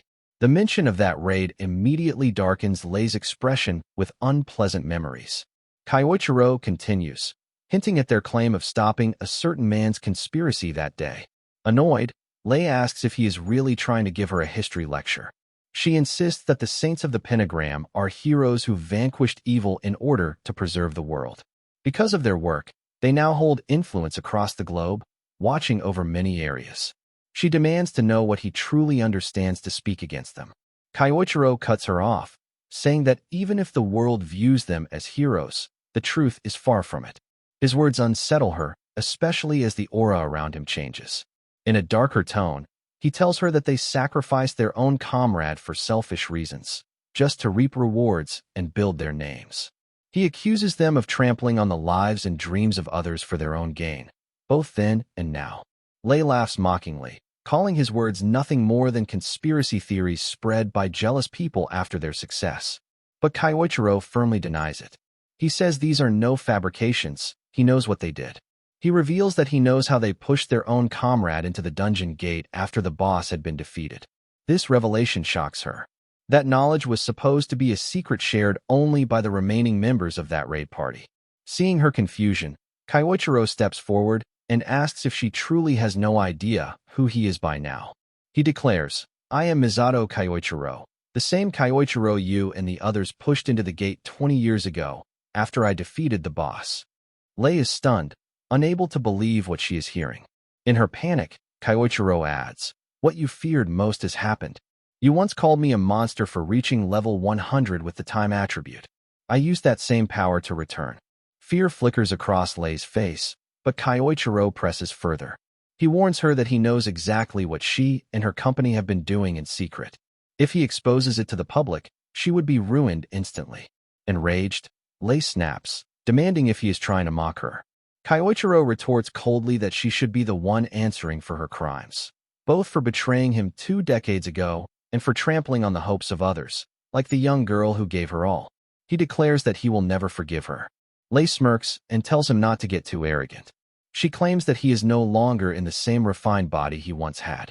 Reaching for a weapon near her desk, she warns him that showing himself before her was a mistake. Grabbing a staff, she activates a skill and unleashes multiple strikes in a single attack, shattering the entire room. With a twisted smile, she asks what he thinks of her weapon, explaining it was forged using rare materials from high-level dungeons, making it harder than steel itself. She boasts that he will soon see how deadly and sharp it is. Rushing forward, Lei thrusts the weapon at high speed again and again. But Kyoichiro dodges every attack effortlessly, not taking a single scratch. Lei sneers that all he can do now is dodge without his former body, though inwardly she is frustrated that none of her strikes are landing. After evading her flurry of attacks, Kyoichiro remarks that he now understands why she is slower. He points out that she has spent too long as a corporate queen, becoming sloppy and far less sharp than she used to be. He even mocks her by saying she is now on the same level as Awako. Being compared to someone she considers weak infuriates her. In a frenzy, she swings wildly, attacking over and over. At last, one of her strikes seems to connect, but it turns out to be only an afterimage. Kyoichiro is standing far behind her, completely unharmed. She realizes void magic is behind his evasion, but its effectiveness at this level shocks her. Determined to finish the fight, she enhances her weapon with fire, planning to end it with her next attack. She charges at him again, thrusting with all her power. But Kyoichiro stops her weapon effortlessly, with just 2 fingers. Lei freezes, horrified that her enhanced strike was blocked so easily. Kyoichiro looks her in the eyes and says coldly that she is far weaker than she was 20 years ago if this is the best she can manage. Cornered, Lei considers her last resort. Dropping her weapon, she runs to her desk. Kyoichiro watches cautiously, uncertain of her plan, until he sees her reach for an unfinished vial of the new drug. To his surprise, she takes the gamble and injects herself with it. Instantly, her mana begins to surge violently. Kyoichiro realizes she is truly willing to go this far to stop him, transforming her into something monstrous. Now Lei had completely transformed into a monster after injecting herself with the drug. Gaining newfound confidence, she declared that no one could defeat her now. But Kyoichiro calmly asked if she was really serious about fighting him while relying on drugs. Did she truly think it would be that simple? Lei warned him not to underestimate her. She explained that she had spent enormous amounts of time and money perfecting this drug, gathering materials from the depths of dungeons and refining them for years into a single formula. She admitted it all began when she witnessed his immense power during the raid 20 years ago. From that moment, she had been chasing power, determined to reach the same domain. She even thanked him for showing her that path, boasting that now she had surpassed everyone. Kyoichiro dismissed her words as pathetic. He told her it was laughable that she believed she had surpassed others just because of a drug. Angered by his insult, Lei prepared herself, vowing to show him who was truly stronger after 2 decades. Kyoichiro sighed, saying he was already bored of her monologue and that it was time to end this. Lei charged forward, but missed, slamming into a wall and causing massive damage. She bragged about the destructive fruits of her research, claiming she would send him to the afterlife. Rushing in again, she managed to push him back. Thinking she had finally won, she looked down, only to realize her foot had been pierced by an ice spear. Kyoichiro revealed that he had set the trap during her attack. Lei was shocked to see him using Yang's technique and demanded to know how he had learned it. Kyoichiro explained it was thanks to her subordinate that he was able to master it earlier than planned. Stepping closer, he told her that while her drug was impressive, it produced nothing more than a momentary gust of power. Lei shouted in fury, accusing him of disrespecting her life's work. But Kyoichiro grew even angrier.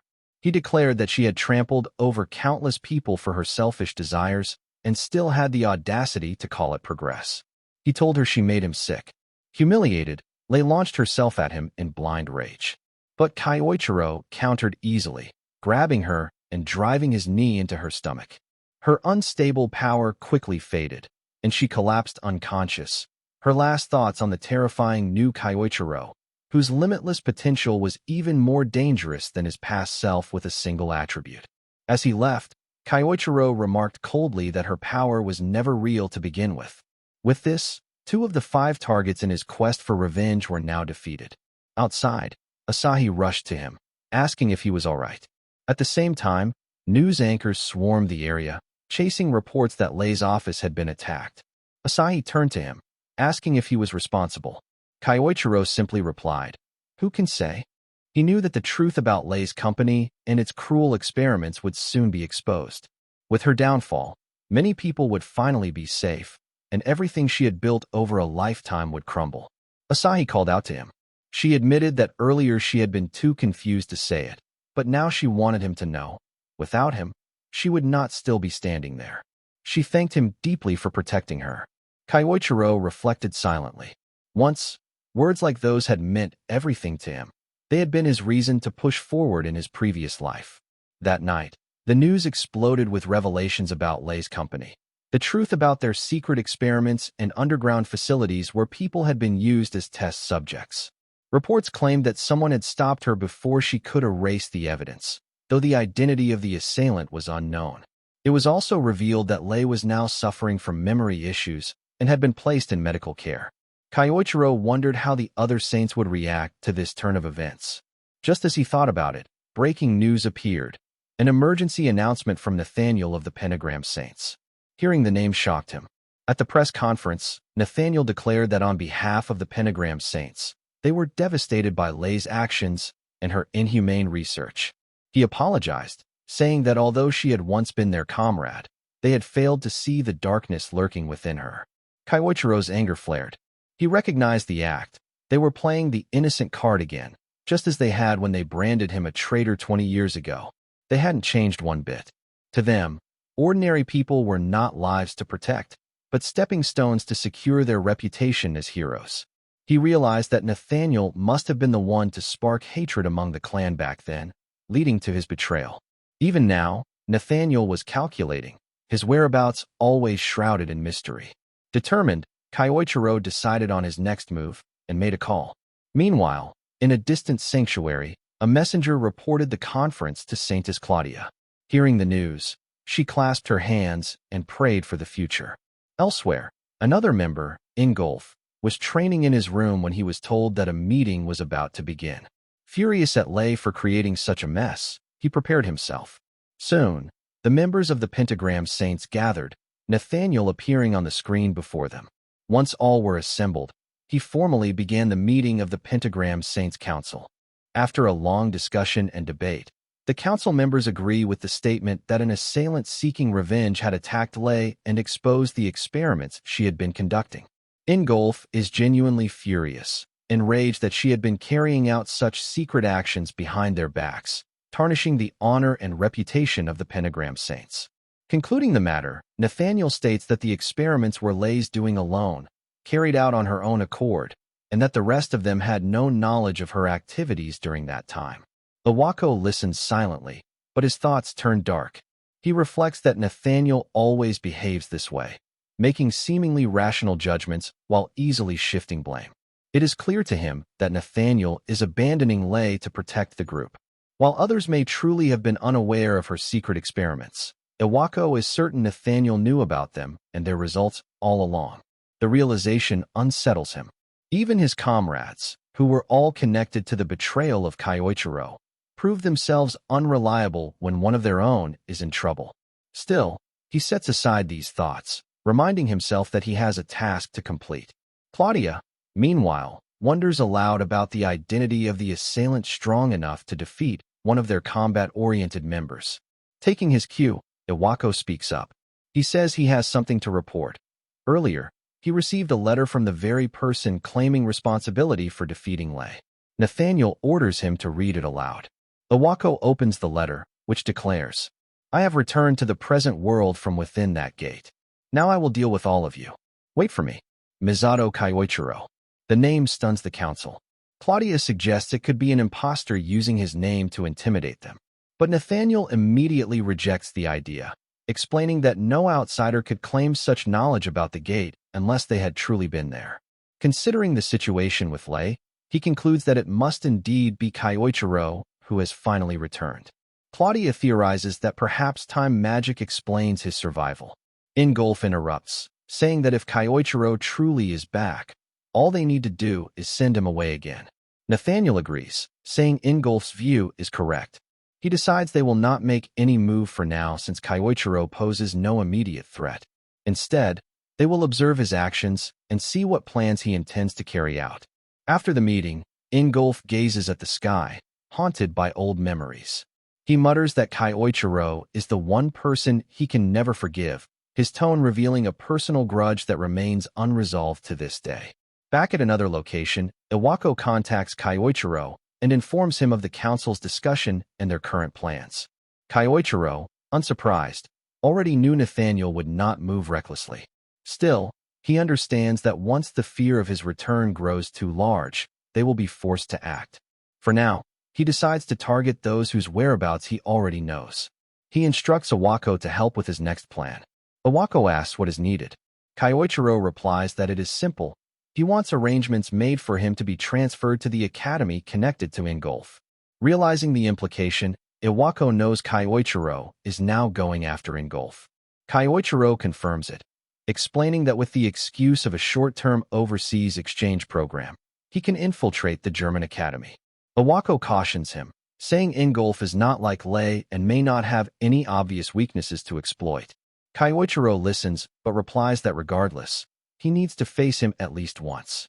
He leaves the necessary documentation to Iwako to handle. Stepping outside to clear his mind, Kyoichiro reflects. Even if Ingolf has not committed recent wrongs, the fact remains that he betrayed him 20 years ago, alongside the others. Soon after, he boards a plane. Watching from a distance, Asahi smiles as the aircraft departs. After landing, Kyoichiro finally arrives in Germany under the student exchange plan. He has already studied Ingolf's connections and the academy in detail. His plan is clear. Use the academy as a way to get close to Ingolf. For now, he decides to head to the academy directly. On his way, he hears a commotion. Investigating, he finds a group of men bothering a girl. Taking a closer look, he realizes the girl is Japanese.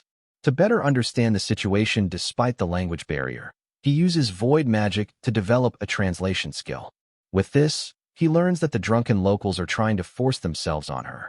The girl refuses, standing her ground, but the men persist and even reach for her shoulder. She prepares to fight back, but before the conflict escalates, Kyoichiro steps in. He orders them to waste their time elsewhere and leave her alone. The men turn toward him angrily, demanding to know who he thinks he is. Calmly, Kyoichiro tells them again to back off. Insulted, they rush at him, using magic and shouting for him not to underestimate them. As they close in, Kyoichiro counters with a gust of wind magic, repelling them and sending them flying back in an instant. The girl stares in astonishment, seeing how easily he defeated them in a single move. She wonders to herself just who this mysterious student really is. After being defeated in a single blow, the punks panic and run away, apologizing for messing with them in the first place. The girl steps closer and thanks Kyoichiro for saving her. He suggests they change locations since a crowd has started gathering around them. The girl follows him, thinking it has been a long time since she was rescued by someone like this. She recalls that the last time she was saved was by another person. While walking, she once again expresses her gratitude, saying that because of him the situation didn't escalate and no real harm was caused. Kyoichiro tells her not to make a big deal out of it. He was only doing what needed to be done.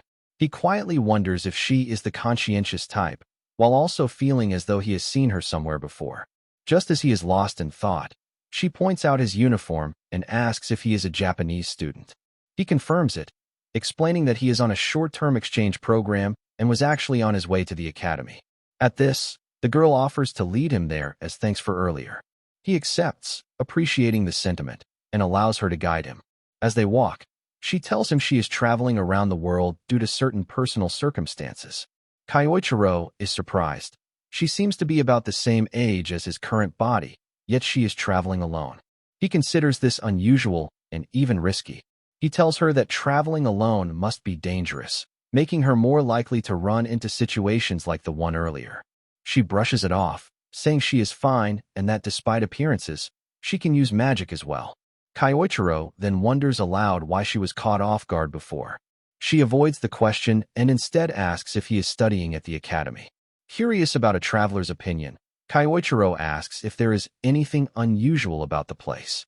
She explains that the academy is very popular for its strict merit-based system. Students there believe strongly in the hierarchy established by rankings and achievements. There is also a point system that rewards success. Hearing this, Kyoichiro realizes how seriously the academy takes such matters, far more extreme than schools in Japan. From Awako's information, he already knows that Ingolf often teaches classes for the elite upper-class students. To get close to Ingolf, Kyoichiro understands he will need to make a big impact in this merit-based system. The thought excites him, as he enjoys challenges. After their journey, the girl points toward the academy. Kyoichiro thanks her for both the guidance and the information. Before parting, she remembers to introduce herself. Her name is Shirato Seoki. In return, Kyoichiro introduces himself as Ase Kayasuk. The name shocks her, as though it reminded her of something. When he notices her reaction and asks what's wrong, she simply replies that his name is familiar to someone she once knew. With that, they part ways, and she wishes him luck at the academy. After she leaves, Kyoichiro can't shake the feeling that something about her sticks in his mind. Still, he puts the thought aside and heads toward the academy. The academy itself appears neat and orderly. As he walks across a bridge, a student who had been waiting calls out, asking if he is the Japanese transfer student. The boy arrogantly tells Kyoichiro to come closer. Kyoichiro responds respectfully, asking who he is, and calls him a delinquent. Insulted, the boy demands to know who he is calling a delinquent. He steps forward, sneering that Japanese students don't come around often and questions if Kyoichiro could possibly be anything special. Trying to assert dominance, he warns Kyoichiro not to get the wrong idea about this academy. He says he will give him a basic rundown of the hierarchy here. Kyoichiro sighs, wondering why he is already running into troublemakers so soon after arriving. He recalls Sayuki's warning about the merit-based system and realizes the boy is trying to test him. Throwing his bag aside, Kyoichiro says he is ready to take him on. The boy grins, saying it's good that Kyoichiro understands quickly. Preparing his magic, he declares the fight is starting now. He uses earth magic, launching countless stones at Kyoichiro like a spray of bullets. But Kyoichiro easily deflects every attack without difficulty, stopping them midair. The boy stares in shock, clearly not expecting his magic to be countered so effortlessly. Kyoichiro remarks that while the quantity of the attack was decent, the power behind it was weak. He then prepares his own counter. Channeling his magic, Kyoichiro unleashes a devastating strike of earth magic that shatters nearby walls. He tells the student, "At the very least, it should look like this." The stunned boy looks at him in horror, wondering why such a monster is here. Elsewhere, Sayuki is seen on a call. She reports that she has made contact with Ase Kayasuk. Speaking to Claudia, she says she will remain in Germany for now and continue to observe the target. Now in Germany, at the Lanzig Training Academy, we find Kyoichiro at the reception desk, receiving his student card after completing the necessary paperwork for his transfer. With the basics done, he now has permission to enter the country's dungeons. Examining the card, he uses void magic to translate the details and notices it is different from the ones he had in Japan. He sees the additional point value section that Shirato had told him about earlier. From this, he realizes the cards track a student's dungeon records and performance. Since he has no classes scheduled for the day, Kyoichiro decides to explore the dungeons in Germany to understand their nature. Leaving the academy, he heads toward a dungeon, but someone is trailing him. It turns out to be the same boy who had lost the duel to him earlier. Sometime later, in the city, Kyoichiro arrives at a dungeon portal. Staring at the gate, he thinks to himself that the only way to get closer to Ingolf is to rank up his classes as quickly as possible. To test himself, he chooses an upper-tier dungeon. He enters, finding not a cave, but a ruined structure serving as the dungeon's form. Intrigued, he wonders what kind of monsters Germany's dungeons will hold. Soon, skeletons wreathed in flames emerge to attack him. Kyoichiro instantly recognizes them as undead monsters, stronger than the creatures he faced in Japan. Still, he knows their weak points. After all, this is not his first battle against such foes. He has fought countless monsters before, learning and adapting to their natures. One skeleton swings its weapon at him, but he dodges with ease. Calmly, he notes that the weaknesses of undead creatures are fire attribute magic or blunt attacks that shatter their bodies. Luckily, he has both options available. First, he enhances himself with strengthening magic. Then, with a single punch, he smashes the monster apart. The remaining undead freeze, almost as if confused about who the real monster is. Smirking, Kyoichiro taunts them to attack. Before long, he clears all the undead in the ruins and advances toward the boss chamber, knowing it should be waiting there. Inside, he finds the boss, a lich, floating in the air, surrounded by wandering souls. Deciding to test its strength, he begins with a fireball spell, launching it at the lich. The boss cancels it instantly. Kyoichiro narrows his eyes, but isn't surprised. Such resistance should be expected from a dungeon boss. The lich points its staff at him, releasing a spell that spreads thick miasma across the chamber. Kyoichiro dodges casually, though he notes with interest that the miasma melts everything it touches. A dangerous ability, but also something he might use to his advantage. The lich follows up with more attacks. Kyoichiro condenses wind magic around his feet, boosting his speed and propulsion. Leaping across the chamber, he bounces off the floor and walls while evading the incoming spells. After several movements, he finally closes the distance, preparing to strike the boss directly. While preparing his spell, Kyoichiro taunts the lich boss, asking if it can survive a taste of its own medicine. With that, he casts the same corrosive magic back at it. The boss suffers under the spell, its body breaking down as it begins to fade away. Kyoichiro steps back and watches as the lich is defeated. He notes that the spell had a strong impact, but because it was a high-tier magical technique, he couldn't replicate it perfectly with his current ability. He realizes he must raise his void magic as far as possible, but sets the thought aside. There are more important matters to handle now. Looking to the shadows, he calls out and tells him to show himself. The person steps forward. It is the boy he had defeated earlier. The boy admits he hadn't expected to be caught and claims he was only observing Kyoichiro's performance. He asks if Kyoichiro minds. Kyoichiro narrows his eyes and asks if he wants another duel, wondering if he had been too lenient last time since the boy doesn't seem to have learned his lesson. But something about his behavior feels suspicious. Closing the distance, Kyoichiro warns him to clear things up so there are no misunderstandings in the future. The boy reaches into his pocket, and Kyoichiro tenses, suspecting a weapon, or worse, another enhancement like Lei's drug. But instead, the boy does something completely unexpected. He kneels down and begs Kyoichiro to take him as his disciple. Kyoichiro is stunned into silence. He can't believe what he's seeing. The boy holds out a small cup, leaving Kyoichiro even more confused. The boy explains that it's supposed to represent a Japanese Dajiza gesture of respect, which is why he brought it. Kyoichiro wonders if the boy is an idiot. The boy, however, insists earnestly that he was drawn in by Kyoichiro's overwhelming strength and now wants him to teach him magic.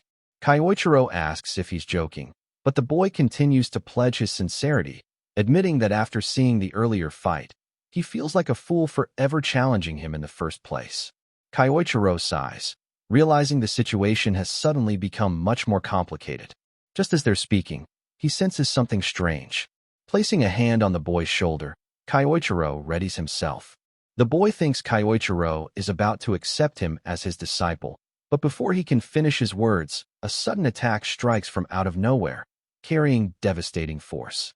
From the darkness emerges a massive monster, far stronger than the lich Kyoichiro had just defeated. Realization dawns on him. The creature from before wasn't the true final boss. The real one has arrived now. Kyoichiro steps forward, ready to face the monster, while the boy beside him trembles in fear. Staring at the massive beast, the boy recalls something he once read in the academy manuals. He tells Kyoichiro that the creature is a skull dragon, a monster so powerful it once wiped out entire villages long ago. He adds that according to the records, Ingolf had barely managed to defeat one in the past. Confused and terrified, the boy wonders why such a creature would appear here now. Kyoichiro listens calmly to his explanation and prepares to fight.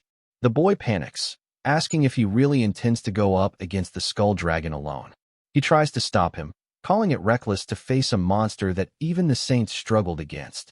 But Kyoichiro tells him to sit back and relax. With a sharp look, he also adds that, for the record, it wasn't Ingolf who defeated that dragon back then. The boy looks shocked, unsure of what he means. Kyoichiro thinks to himself that when the group of pentagram saints was formed, they found it convenient to erase his name from history. They twisted the story so they could claim the glory, becoming heroes while he was cast aside. He smirks bitterly, thinking about how they've lived comfortably all this time, typical cowards. Now, with the skull dragon before him once again, Kyoichiro decides, if it has returned, he will simply kill it again. A sense of déjà vu washes over him. The beast roars and charges forward, slamming into the ground and sending shockwaves through the ruins. The boy cries out in panic, but Kyoichiro steps up to block the force of the attack. He realizes the monster is even stronger than it was 2 decades ago. Still, it doesn't matter. This time, he has far more options at his disposal. He rushes in, conjuring multiple spells with his void attribute, layering them rapidly. Closing the distance, he combines fire magic with strengthening magic and delivers a powerful strike to the skull dragon. The impact forces the monster back, giving Kyoichiro room to retreat and reassess. The boy erupts in excitement, praising Kyoichiro's strength, shouting that he's the best as his magic blew the dragon away. Kyoichiro, however, remains calm, wondering why the boy has suddenly become so energetic when moments ago he was begging him not to fight. He tells him not to celebrate too soon. The monster is not dead. Sure enough, the skull dragon rises again, letting out an earth-shaking howl. To the boy's horror, its broken body begins to regenerate. Kyoichiro explains that skull dragons, as undead monsters, have immense stamina. If they are struck with half-hearted attacks, they simply heal themselves and continue fighting. The boy asks how Kyoichiro knows so much about the creature. Kyoichiro frowns, realizing the dragon is even tougher than he expected. If his earlier attempt failed, then he'll need to proceed with his next plan of action. The boy stares blankly, wondering what else Kyoichiro could possibly try. He can't imagine how anyone could defeat such a monster alone. The dragon lets out another deafening roar and launches into another series of attacks, forcing both of them on the defensive. Kyoichiro parries and deflects the heavy blows while keeping the boy out of danger. But even as he holds the line, Kyoichiro is secretly preparing something. Channeling his void attribute, he sharpens and refines the mental image of his next spell. The clearer and more detailed his visualization, the more powerful the magic will become. The monster lunged forward, opening its massive jaws, and unleashed a devastating beam of energy. The student cried out in panic, running toward Kyoichiro, certain he had been struck head-on. But to his shock, Kyoichiro stood firm, gripping the skull dragon's mouth with his bare hands. Calmly, he activated the new magic he had just developed. In an instant, the monster's insides began to freeze. The chilling power spread rapidly, encasing the creature's body. Within seconds, the enormous beast was frozen solid, unable to move. Kyoichiro lowered his arm and declared coldly, "It's over." The student stared in awe at the incredible display, unable to believe Kyoichiro had defeated a calamity-class monster single-handedly. Outside the dungeon, Mateo hurried after him, calling for him to wait. Kyoichiro raised an eyebrow, asking why his tone had suddenly changed. Mateo explained that it was out of respect. After witnessing such strength, he now saw Kyoichiro as his master. As Kyoichiro glanced down at his student card, Mateo noticed and asked if something had caught his eye. Kyoichiro replied that he was wondering how many points he had earned from that run. Finally, Kyoichiro addressed him by name and asked just how important points were for class rankings. Mateo thought for a moment before explaining. There's no exact system, but in general, you need about 10,000 points to rank up a class. That means around 30,000 points are required to qualify for the special class. Kyoichiro frowned slightly. Mateo continued, "The worst part is that dungeon points are fixed. Even though we defeated a skull dragon, it won't give you anything extra. This run earned you about 500 points. Kyoichiro did the math quickly. 600 dungeons, just to qualify? He sighed, realizing the long road ahead. Mateo, watching his reaction, asked, "Are you also aiming for the special class?" Then, with a grin, he added, "If so, there's a shortcut to stacking points faster." Kyoichiro immediately closed the distance between them, his expression sharp. "Spill it." Startled at how close Kyoichiro's face was, Mateo quickly explained. "There's an event in 1 month. It's a competition where students face assigned challenges. The winner earns 20,000 points directly." Kyoichiro's eyes lit up. 20,000 points in one strike. That was far beyond what he had expected. If he could secure first place at this festival, he could close the gap to special class far quicker than anticipated. Clenching his fist with determination, he made up his mind. "Then I'll take first place at this so-called Sublime Heaven Festival." After a month, the day for the Sublime Heaven Festival event at the Academy finally arrived. In the Academy, the festival was officially announced to begin as the students listened to the management. Kyoichiro's new servant was also excited about it since the long-awaited event had finally come. Kyoichiro had planned to gather as many points as he could during this festival so that he could secure the top spot and quickly enter the special class. Once he achieved that, he would be one step closer to confronting one of the people who had betrayed him 2 decades ago. The management announced the mission and the rules. The main objective for the students was to claim the gemstone placed at the top of the tower. They had to climb the maze-like tower to reach it, and that was the only rule of the challenge. The method they used, along with any tricks or strategies, was entirely up to them. Whether they climbed straight up or played dirty, the only requirement was to show the strength they had honed until now. After listening to the rules, Kyoichiro smiled since this was exactly what he had expected from the academy. Fortunately, it also suited his taste. At that moment, a red-haired boy asked if they were planning to take the first spot, warming up as he spoke. Kyoichiro looked at him and thought back to when he learned that the event would require teams of 2. At first, He was worried and unsure what to do, as he didn't know many people. However, fortune seemed to smile upon him since he already had the perfect partner at hand. When he ordered the boy to pair up with him, the boy was so delighted that he bowed deeply to Kyoichiro. While warming up, someone approached them. Kyoichiro looked over and was surprised to see Shirato attending the event. She told him that since it was such a fun occasion to watch, she thought of taking a detour to enjoy her time there. Seeing her, Kyoichiro's new disciple jumped up and asked his master if this cute person was his girlfriend. Before he could continue, Kyoichiro slammed his head and told him to shut up with the nonsense. During their chatter, the atmosphere around the students suddenly changed. When they looked around for the cause, everyone was shocked to see the presence of their saint, Ingolf, who had come personally to watch the event. As soon as Kyoichiro saw him, he gets really furious. Ingolf took his seat among the management and judges, who thanked him for making an appearance at the event. Ingolf told them to be at ease, saying he was only there out of curiosity. He added that he was interested to see if a true golden egg was hidden among the young magicians. Kyoichiro remained locked on Ingolf with an intense stare. After a while, the event was about to begin. The students took their positions and entered the tower. Team Kyoichiro stepped inside and observed the surroundings, which resembled a maze. As soon as the event started, chaos broke out immediately with explosions and the sudden appearance of magical beasts. Kyoichiro remarked that they had mentioned releasing beasts into the tower. His disciple asked what their plan would be, but before he could finish, Kyoichiro was already in motion. With flashy moves, he began soloing the monsters and clearing their path up the staircase. Kyoichiro told his stunned teammate to get moving already.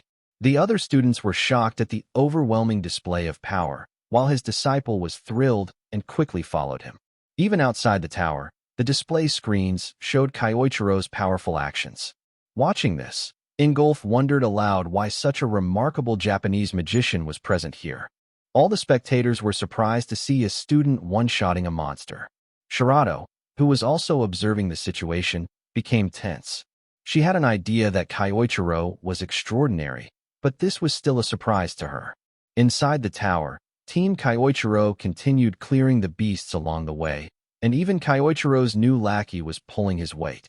Kyoichiro asked him if he was able to manage the situation, and with confidence, the boy replied that he still had plenty of energy left in the tank. Hearing this, Kyoichiro told him they needed to move faster without slowing down. The red-haired kid, who had seemed confident before, was actually at his limit but continued following Kyoichiro so he wouldn't drag him down. While climbing upward on the staircase, Kyoichiro sensed something and stopped his teammate. Suddenly, an explosion destroyed the staircase ahead of them. On the other side stood another team, responsible for destroying the staircase so Kyoichiro's group couldn't catch up. The red-haired kid shouted at them for playing dirty. The other team teased him, asking if he had said something, mocking that they couldn't hear him from so far below.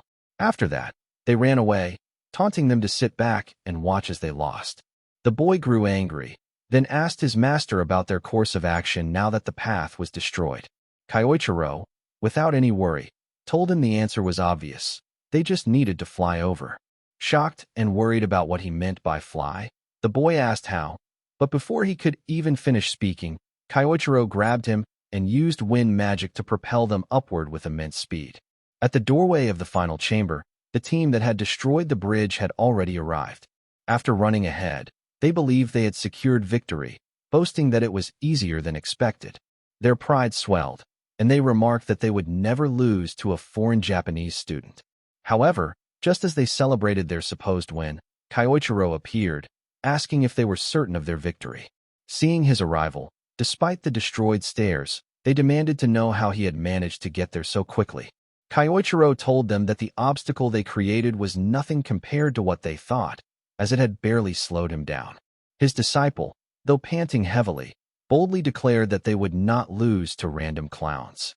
The opposing team mocked him, saying he looked half dead already. With no other option, the rival team prepared to fight Kyoichiro's group, readying their magic attacks. But before they could even launch their spells, Kyoichiro told them they were far too slow. With that, he knocked both of them out before they could even finish conjuring their magic. They collapsed, confused about what had just struck them. The red-haired boy was left impressed by Kyoichiro's speed. With all obstacles cleared, they opened the door to the final chamber. Inside was an empty hall, with the gemstone placed on a pedestal. They looked around and quickly realized that the gemstone was their target. The red-haired boy grew excited, thinking they were about to win since they were the first to arrive. However, Kyoichiro reminded him that the challenge wasn't over yet. Suddenly, countless armored soldiers appeared in the chamber out of nowhere.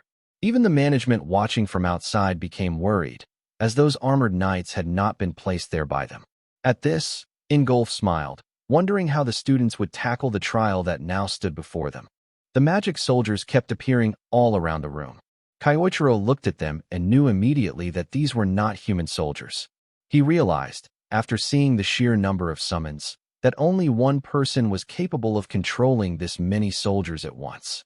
It had to be Ingolf. The judges, noticing the magic, asked Ingolf if this was his doing. He casually replied that, more or less, it was true. Ingolf added that the event would have been far too boring if it ended in such an easy way. One of the judges commented that Ingolf was being cruel, but Ingolf remarked that if the students wished to become great mages, then they should be able to deal with unfair situations as a bare minimum. He went on to say that he doubted any of the students would be able to break through this many soldiers, so he had no great expectations. Still, he was curious to see how they would attempt to claim the gemstone. With a smile, he said he was eager to see what they could do. The red-haired kid grew worried and asked Kyoichiro what they should do. Kyoichiro told him clearly that, in order to reach the gemstone, their target, they had to defeat the summoned soldiers first. Hearing this, the boy nervously pointed out that the number of enemies was massive and that they looked strong as well. Kyoichiro, with a straight face, replied that even if all the odds were against him, he had to do whatever it took to reach his goals. Inspired by those words, the boy decided to help him, even if only a little. However, the very next second, he was attacked by one of the soldiers and barely manages to dodge the strikes. At the same time, other soldiers rushed toward Kyoichiro. He instantly used body enhancement magic, blocked the attack with his fingers, and followed up with a charged strike from his bare hands, taking the soldier down with a single strike. The spectators were amazed at the destruction of such a powerful creature with a single punch. Kyoichiro continued to slam down knight after knight across the room, clearing the area. His student watched in awe, growing even more impressed by his power. Even Ingolf raised his eyebrows, admitting to himself that Kyoichiro had some impressive offensive ability, but he doubted whether he could truly take on all of the soldiers summoned there. Ingolf slammed the table, insisting that his magic wasn't that easy to overcome. As if responding to Ingolf's will, the soldiers began multiplying, raising the difficulty of the challenge even further. The boy wondered what the academy was thinking by allowing such a high-level trial for students. Even the spectators grew anxious about the extreme difficulty. Shirato, watching closely, knew it would be impossible to defeat an entire army like this, yet she still held hope that Kyoichiro might somehow break through. She fixed her gaze on him, wondering what his next move would be. The soldiers swarmed around Kyoichiro, forcing him to dodge continuously while calculating the rising number of enemies. Though the situation looked overwhelming, Kyoichiro found it trivial compared to when he had fought calamity-level monsters inside an SSS rank gate. He parried their attacks and countered with sharp precision, striking down soldier after soldier. After a while, he realized that defeating them slowly would be pointless, since they might revive or multiply endlessly. The best choice was to destroy them all at once with a large-scale spell. However, he did not have the luxury of sitting idle to construct a new mental image for a spell. Instead, he decided he would have to use one he had already seen before. It would save time and be faster. He had an idea of such a spell, but he hated the person it belonged to. Given the situation, however, he resolved to bear with it. Activating void magic, Kyoichiro began forming a large-scale spell, starting with earth magic. Ingolf immediately recognized the spell in question, stood up from his seat, and knew what he was about to witness. Meanwhile, Kyoichiro combined the elements, fusing earth and wind magic, and unleashed a devastating attack. The entire chamber exploded with such force that the impact was felt even outside the tower. The spell Kyoichiro used was one that had taken Iwako 2 decades of hard work to create. Yet, Kyoichiro executed it flawlessly. With all the obstacles obliterated, He stepped forward and claimed the gemstone, declaring the game over. Seeing that he had actually done it, his disciple jumped with joy, celebrating alongside the spectators, who were all thrilled after witnessing such an incredible battle. Shirato, who had been watching intently, was stunned to see him use fusion magic. She wondered just how deep his power truly went. Ingolf, meanwhile, laughed and smiled, amazed that Kyoichiro had just cast a spell that had taken a saint 20 years to develop, and yet he used it as a mere student. Ingolf noted down the name Ase Kayasuk on his personal list, finding him utterly fascinating. As he left, Ingolf remarked that if Kyoichiro entered the special class, he would personally make sure he received training worthy of his caliber. After all the preparations and follow-up work from the events, the Academy held a ceremony to announce student promotions, including the one who would be advancing to the special class. When the announcement of Ase Kayasuk's success was made after he had earned enough points, they welcomed him and invited him onto the stage. Everyone whispered among themselves, astonished that he had only been at the Academy for a month and was already receiving such a major promotion. They even recalled the incredible battle he fought during the festival. Some commented that he seemed almost inhuman. Hearing all of this, his disciple grew smug with pride over his master's feats. After the announcements and the introduction of all the major students on stage, the Academy proceeded with the armband ceremony, for which they had invited a special guest. Kyoichiro, hearing this, wondered if the guest was who he thought it might be. The speaker then welcomed their guest, none other than the saint of the country, Ingolf. The speaker handed the stage over to him. Looking at Ingolf, Kyoichiro thought to himself, questioning whether he was really there just for the ceremony or if he had an ulterior motive. Ingolf gave a tribute to the students, then turned directly toward Kyoichiro. He told him that he had provided quite the entertainment at the festival. Ingolf then presented him with his prize, and as he passed by, he leaned in and quietly whispered for Kyoichiro to come to his estate that night. A few people noticed Ingolf speaking to Ase and wondered what he had said to him. Kyoichiro, meanwhile, pondered the true intention behind Ingolf's words. After the ceremony concluded, that same night Kyoichiro went to Ingolf's estate to discover what he wanted. He was received by a butler who told him they had been expecting him. On the way to meet Ingolf, Kyoichiro racked his brain about what Ingolf could be up to and why he had called him there. He wondered if his true identity had already been exposed. If that were the case, he regretted not having more time to prepare. He thought that if his luck had run out, then he had no choice but to face it. As he entered the room, he braced himself for the worst, preparing in case the situation escalated into a fight sooner than he had planned. Inside the room was a table with food already served, and Ingolf was seated, eating his meal. He welcomed Kyoichiro, inviting him to sit, and saying he would like to talk after sharing a meal. Kyoichiro sat down and joined him, still wondering which of the two possibilities this meeting would lead to. After the meal ended, Ingolf began the conversation by congratulating him once again on his victory at the festival and the feats he had demonstrated there, saying he found them truly impressive. Ingolf added that the battle at the top floor of the tower had particularly caught his eye. Then, slowly changing his tone, Ingolf said he had one thing he was curious about. He asked Kyoichiro directly what exactly he was hiding. The abrupt question caught Kyoichiro off guard, leaving him confused, as he couldn't immediately tell what Ingolf was referring to. He had many things hidden, his power, or the possibility that he was Misato Kyoichiro in a new body. Thinking carefully, he deduced that Ingolf had no knowledge of his true identity, because if he did, he would have been far more direct with his questioning. Since that wasn't the case, Ingolf must have been aiming at something else. Seeing Kyoichiro remain silent, Ingolf continued, pointing out that the magic Kyoichiro had used at the top of the tower was one created by Iwako after 2 decades of dedication. This made him question how Kyoichiro could possibly use such a spell. Kyoichiro relaxed on hearing this, which made him sure that Ingolf was interested only in his power. He told him that Iwako had given him special treatment back in Japan.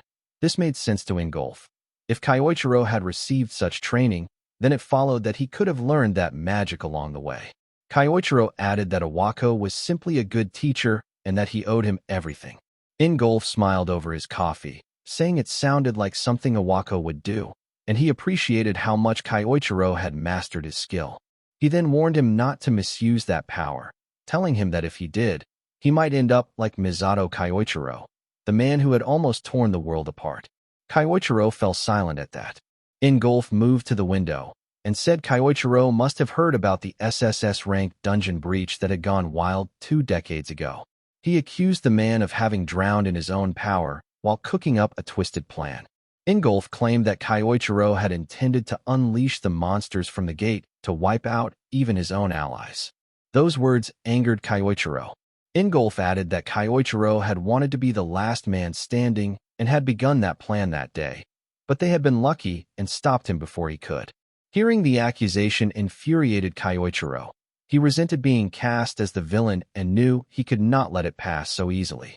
Ingolf said he was telling Kyoichiro this because he did not want him to be swallowed by his power as well. Kyoichiro replied that it was all right. The power he sought was necessary to fight evil, and he would do whatever it took to become stronger than anyone else. Ingolf studied him, pleased by the flame in his eyes, and smiled. He told Kyoichiro that, like at the festival, he was an interesting person. For that spirit, he wanted to reward him. He leaned closer as Kyoichiro asked what the reward was. Ingolf told him that in the next training cycle he would step in as Kyoichiro's trainer and sparring partner. If Kyoichiro wanted it, of course. Kyoichiro agreed and said he would be glad to accept. After all of it, he left the estate thinking that what Ingolf had bestowed on him was the best reward he could ask for. He continued thinking that he would crush Ingolf with everything at his disposal and finally settle the grudge he had harbored for more than 2 decades. The scene shifts to the academy on Special Class Periodic Training Day, where 2 students walk toward their classroom discussing the excitement for today's session. They mention that this particular class is special because the academy's top students have the rare opportunity to train directly under Ingolf, one of the most renowned fighters in the world.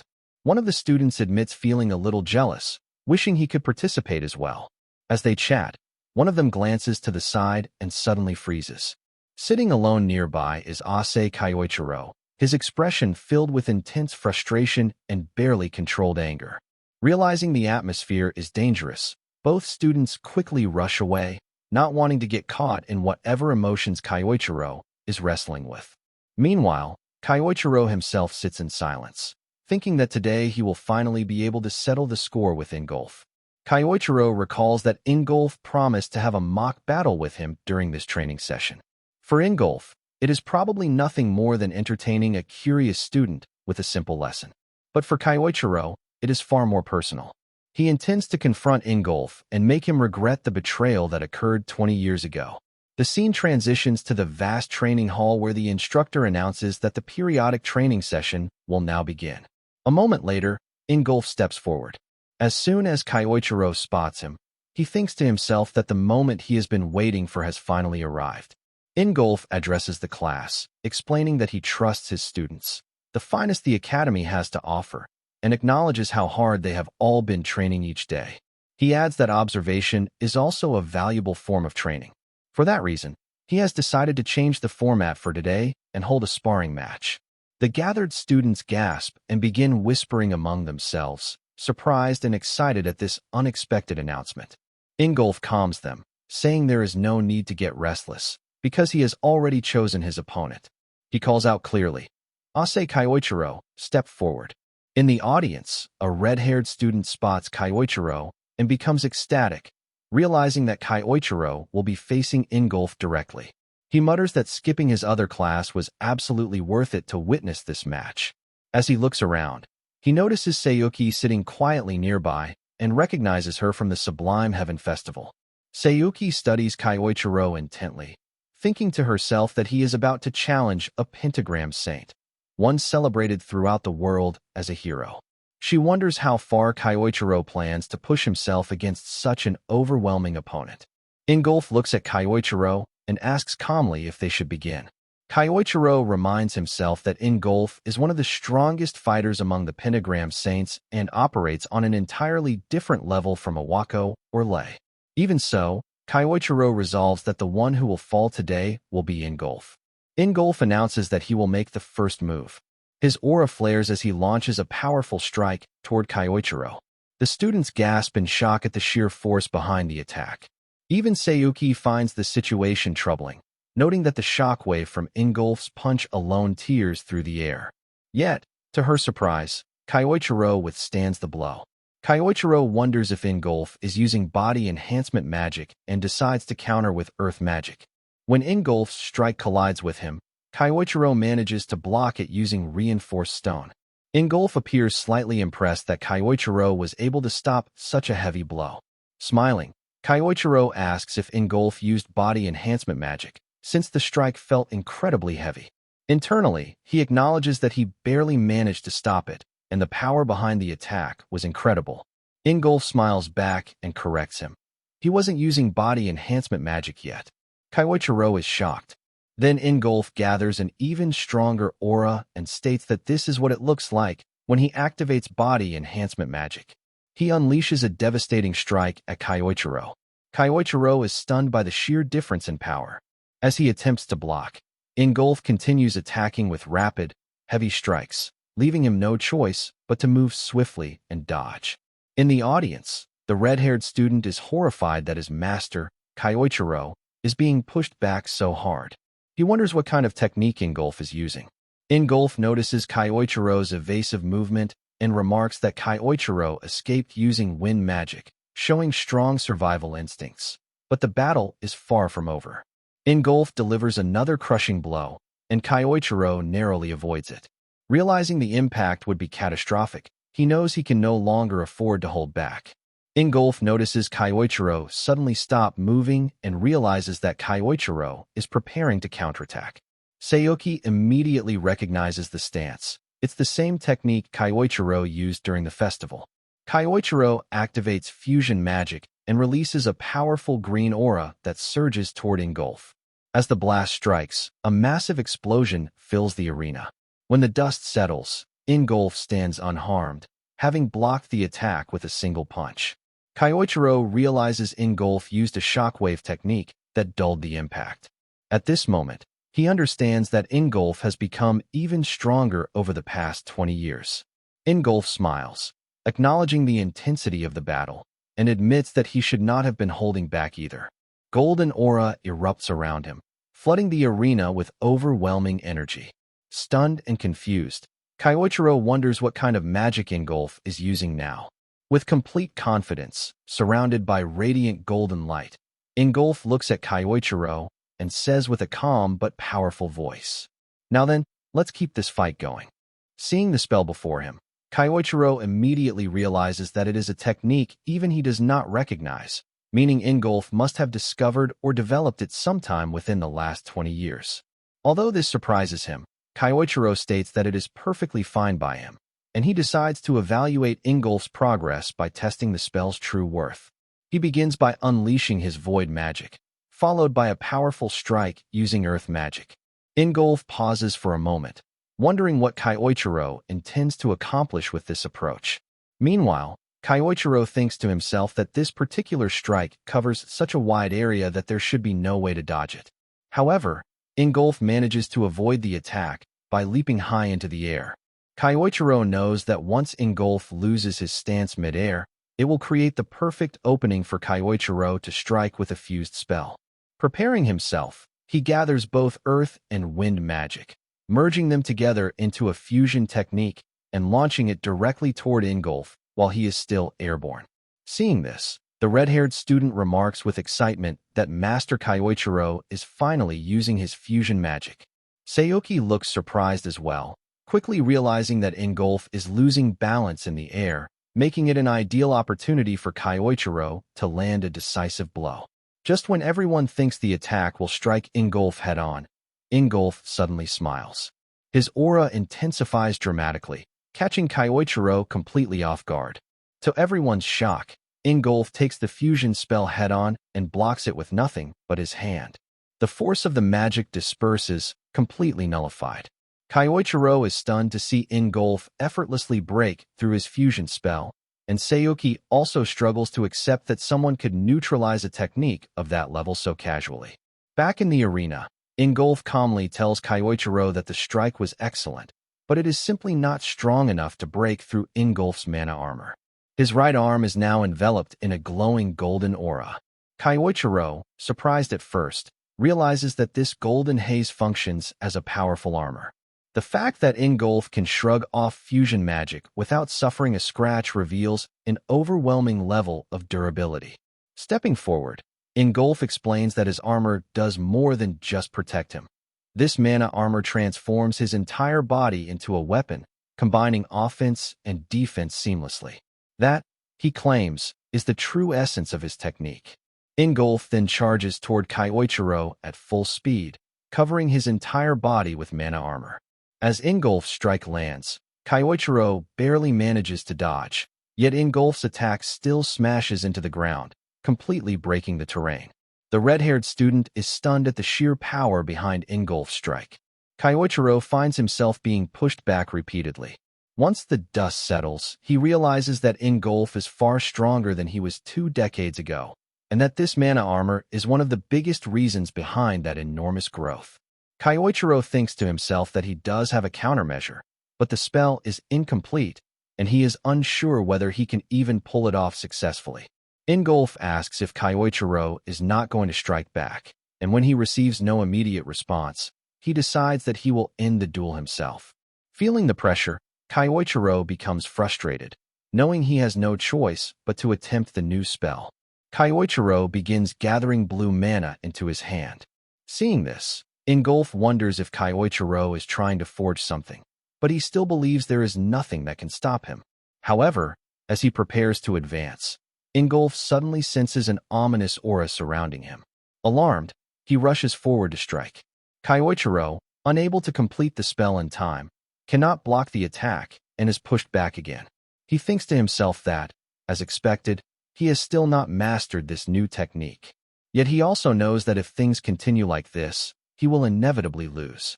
Before Kyoichiro can attempt anything else, Ingolf lowers his stance and states that this is enough. Kyoichiro is caught off guard. Ingolf calmly explains that they have accomplished more than enough for a sparring match and suggests that they end the session here. Although Kyoichiro feels frustrated, the training officially concludes. As Ingolf dismisses the class and prepares to leave, several students praise him for the incredible demonstration. They found the match inspiring and were impressed that Kyoichiro held his ground, even though Ingolf had the advantage throughout the entire fight. The students excitedly discuss how remarkable the pentagram saint truly is. The red-haired student approaches Kyoichiro and tells him he fought well, adding that when it comes to someone like Ingolf, nobody can blame Kyoichiro for struggling. Meanwhile, Kyoichiro reflects silently, acknowledging that he underestimated Ingolf. In his current state, he cannot defeat him. Kyoichiro understands he must push his void magic even further and continue to grow stronger. Sayuki watches all of this and thinks to herself that no one else seems to understand the potential that Ase Kyoichiro is truly hiding. Then the scene shifts back to Ingolf, who wonders about the ominous aura he sensed earlier. It was unlike anything he had experienced before. Even so, Ingolf smiles, stating that it has been ages since he has had such an exhilarating clash, and he knows one thing for certain. Kyoichiro is not the kind of man who would allow his journey to end here. Later that night, the scene shifts to Ingolf, who is sitting quietly in his room. He reflects to himself that it has been a very long time since he experienced a battle that genuinely excited him. Yet that man, Ase Kyoichiro, truly surprised him. Ingolf never expected Kyoichiro to possess such refined strength, and in one particular moment during the sparring match, he even felt something he had not felt in years, a flicker of fear. As he sits there, Ingolf realizes he has only experienced that feeling once before. The scene transitions into a memory from years ago, when Kyoichiro was still Ingolf's master. In that memory, Kyoichiro calmly tells him that it looks like the victory belongs to him. Ingolf, still catching his breath, asks what kind of attack Kyoichiro used just now. He cannot believe that his master had been hiding a spell of that level all along. Kyoichiro responds by saying that Ingolf almost managed to defeat him, and besides, a teacher must always keep at least one hidden ace up his sleeve until the very end. Hearing this, Ingolf smiles warmly, thinking that his master never changes. Kyoichiro always rises above expectations, and that is exactly what made him not just a mentor, but also Ingolf's greatest rival. Feeling energized, Ingolf stands up and asks Kyoichiro for another sparring match.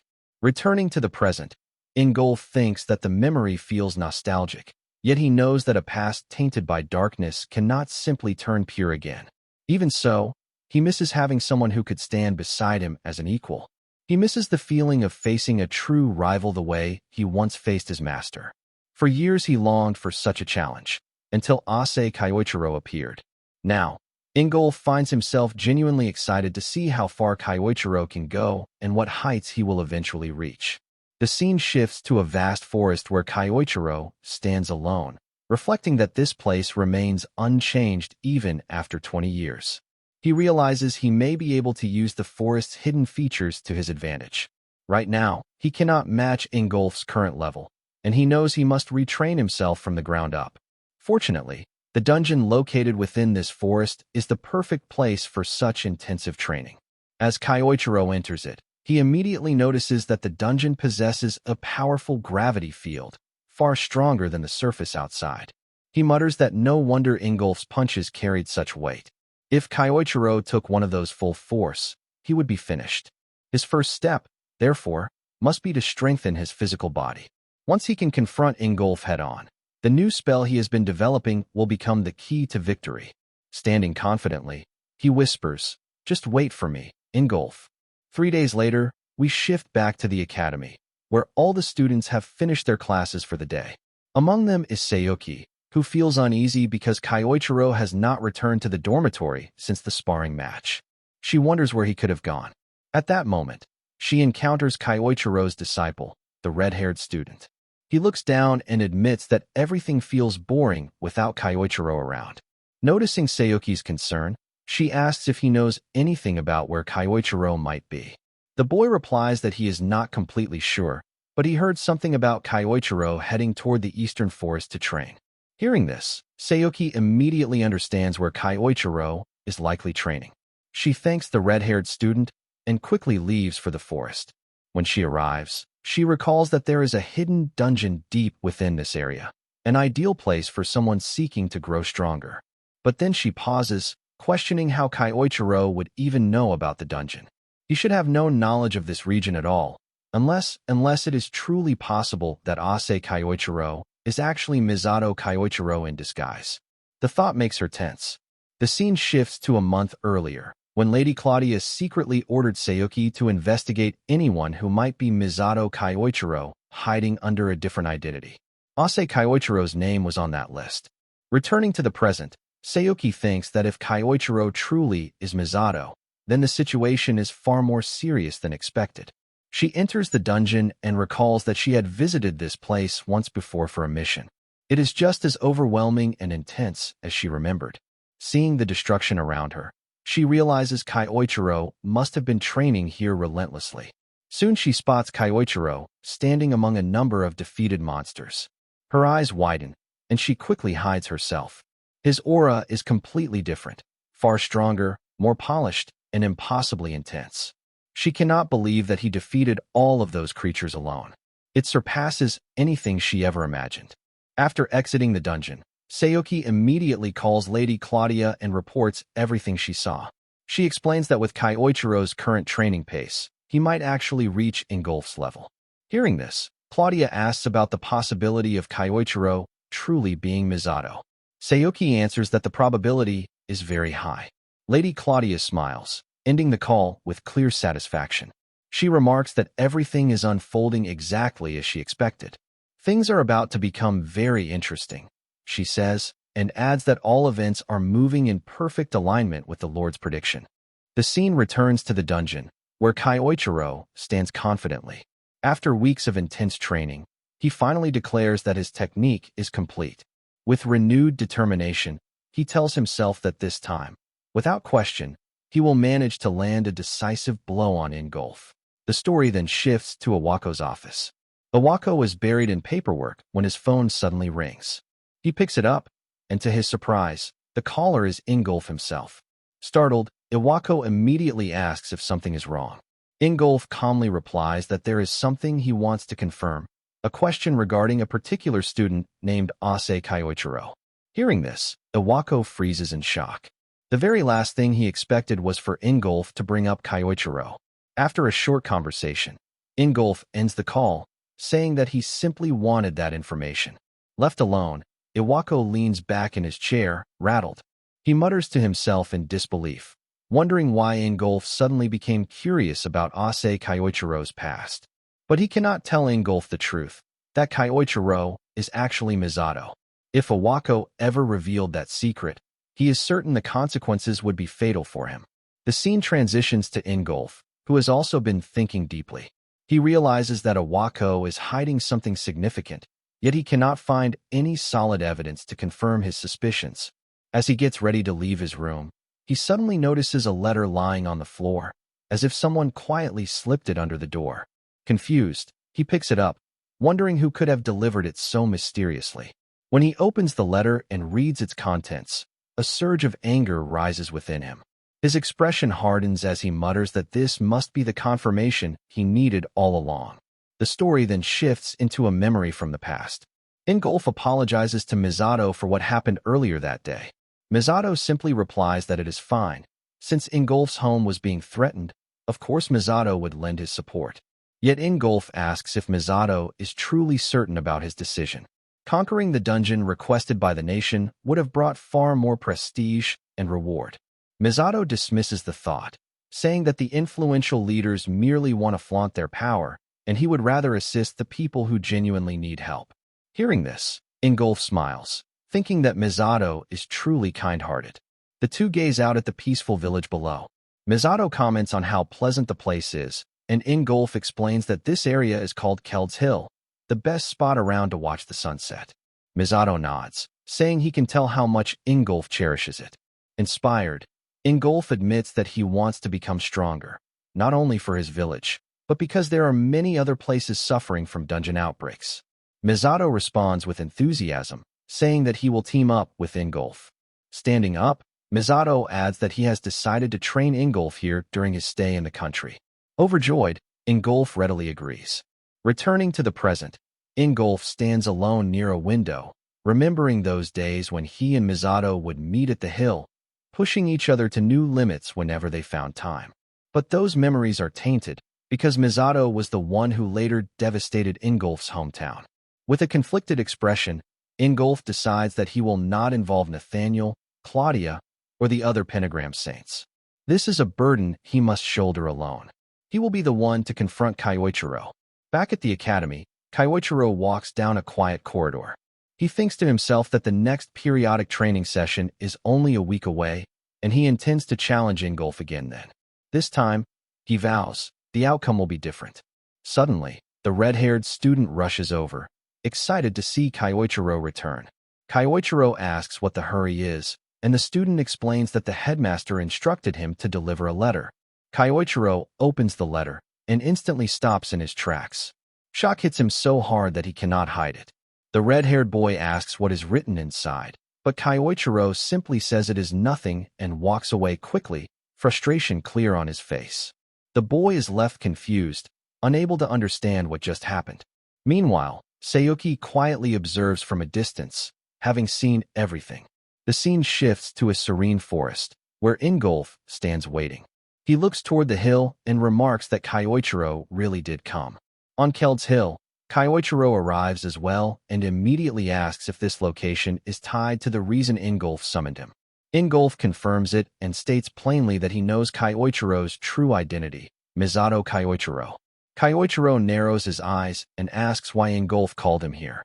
Taking a step forward, Ingolf says the reason should be obvious. His aura begins to rise and swirl around him as he declares that he intends to settle everything and bring Kyoichiro down once and for all. Kyoichiro stands firm. He replies that if that is how Ingolf feels, then the sentiment is mutual. Kyoichiro begins gathering his aura as well. As they stand facing each other, Kyoichiro calmly states that he has something he wishes to ask. Earlier, Ingolf confidently declared that he was certain Ase Kyoichiro and Misato Kyoichiro were the same person, so Kyoichiro wants to know how Ingolf managed to figure that out. Ingolf replies that this is not information Kyoichiro needs to know, but he will at least reveal one thing. This entire confrontation has nothing to do with the Pentagram Saints, as Ingolf's motives are entirely personal. Hearing this, Kyoichiro asks if that is the reason Ingolf specifically chose this remote place for their battle. Ingolf responds with a firm, exactly, and with rising anger, warns Kyoichiro not to misunderstand. Ingolf will never forgive him. Unfazed smile, Kyoichiro remarks that what an interesting coincidence, because it seems they are on the same page. As both fighters begin gathering their aura, Ingolf tells him that as Kyoichiro already witnessed in their previous mock battle, Ingolf's mana armor can block every type of attack, whether physical or magical, it makes no difference. According to Ingolf, this means Kyoichiro has absolutely no chance of winning. Ingolf then launches a powerful strike directly at Kyoichiro, but Kyoichiro remains completely calm. Ingolf wonders what Kyoichiro plans to do, remembering that in the mock battle the only thing Kyoichiro could do was dodge. If that is still the case, Ingolf intends to overwhelm him with another shockwave. Yet to Ingolf's surprise, Kyoichiro suddenly charges forward head-on instead of evading. In that moment, Kyoichiro activates his own mana armor and breaks straight through Ingolf's incoming strike. Within an instant, Kyoichiro appears right in front of him, and both of them land a direct hit using their mana armor-enhanced attacks. The collision causes a powerful explosion, sending them both sliding backward. As they gather themselves, Kyoichiro thinks that Ingolf's mana armor is as hard as solid rock. Meanwhile, Ingolf is stunned. He never imagined Kyoichiro would break through that shockwave, and even more shocking, Kyoichiro's attacks hit harder than before. Noticing Kyoichiro's physique, Ingolf realizes that Kyoichiro must have been training intensely. But that is not all. Ingolf is furious to discover that Kyoichiro has also copied his mana armor technique. Frustrated, Ingolf declares that he has finally figured out the secret behind Kyoichiro's magic. According to him, Kyoichiro's so-called void magic is nothing more than the ability to copy other people's skills, but an imitation is still just an imitation, and against someone like Ingolf, such a trick will never work. Ingolf adds that Kyoichiro's time magic from the past was something he once admired, even looked up to, but Kyoichiro is no longer the person he once was. As Ingolf intensifies the pressure of his mana armor, he shouts that Kyoichiro will never be able to break through it. Hearing this, Kyoichiro calmly responds that copying skills is close to the truth, but not quite right. Void magic goes far deeper than that. With a confident smile, he states that it took him a while to fully picture it, but now he believes he can finally show Ingolf its true form. As Kyoichiro's blue aura begins surrounding him, Ingolf realizes that this must be the technique Kyoichiro attempted at the end of their mock battle, Kyoichiro's ultimate move. Even so, Ingolf believes it will not matter. Without hesitation, Ingolf charges forward with his full strength, convinced that no known spell can break through his mana armor. As he comes right in front of Kyoichiro and prepares to strike, Kyoichiro activates his void magic at the exact moment Ingolf raises his arm. Suddenly, out of nowhere, Kyoichiro's strike lands cleanly on Ingolf, shattering his mana armor and injuring his right arm. Ingolf is completely shocked. He cannot believe Kyoichiro managed to damage him, let alone break through mana armor that no one has ever been able to destroy. Stunned, he struggles to accept what just happened. Kyoichiro calmly tells him that he already explained. Void magic is not simply about copying. Then Ingolf sees that Kyoichiro is holding a massive flame sword. Furious and confused, he demands to know what that weapon is. Kyoichiro answers clearly. Creation through imagination. That is the true essence of void magic. And now, Ingolf will witness the real power of void magic for himself. Ingolf, clearly surprised, asks if Kyoichiro really said that this is magic born from imagination, meaning that Kyoichiro personally created that flaming sword himself. Kyoichiro replies that this is exactly the case. He explains that the sword is a custom-made spell designed specifically to defeat Ingolf's mana armor. In short, it does not exist anywhere else, because it is Kyoichiro's original magic. Hearing this, Ingolf becomes frustrated and wonders how that sword could possibly break through his mana armor. Kyoichiro remarks that Ingolf looks confused and points out that Ingolf previously claimed his mana armor could block every attack, but that is not actually true. Ingolf is stunned by this statement and tells Kyoichiro to stop talking nonsense, insisting that his mana barrier is impenetrable. Keiichiro responds that this is not correct because of the special attribute of Ingolf's magic, which converts mana into metal, giving it a metal-based property. Confused, Ingolf asks how Keiichiro even knows about that. Keiichiro tells him not to be ridiculous, since he already used that very property against Ingolf just moments ago. Ingolf then realizes that this was exactly what Keiichiro did earlier. Keiichiro further explains that if he can reproduce the effect, then it means he understands how it works. No matter how tough metal is, it is not invincible. That is why Keiichiro created something specifically to counter it, an ultra-high temperature flame sword capable of breaking through metal defenses. Meanwhile, Ingolf thinks to himself that his armor has brushed off countless spells before, and yet Keiichiro managed to create this sword in such a short amount of time.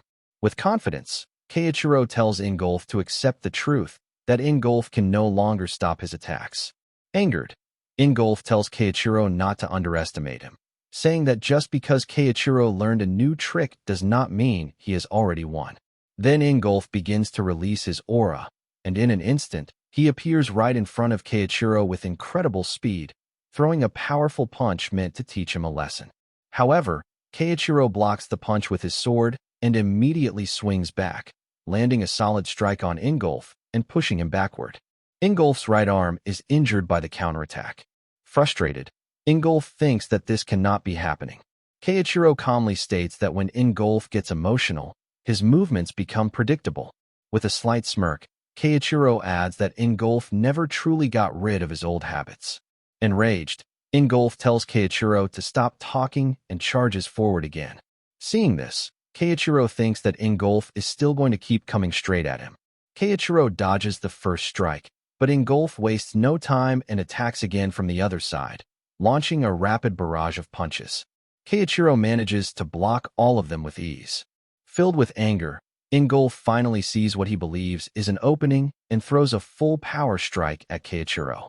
Keiichiro realizes that he will not be able to block this attack directly, so he activates one of his stealth skills.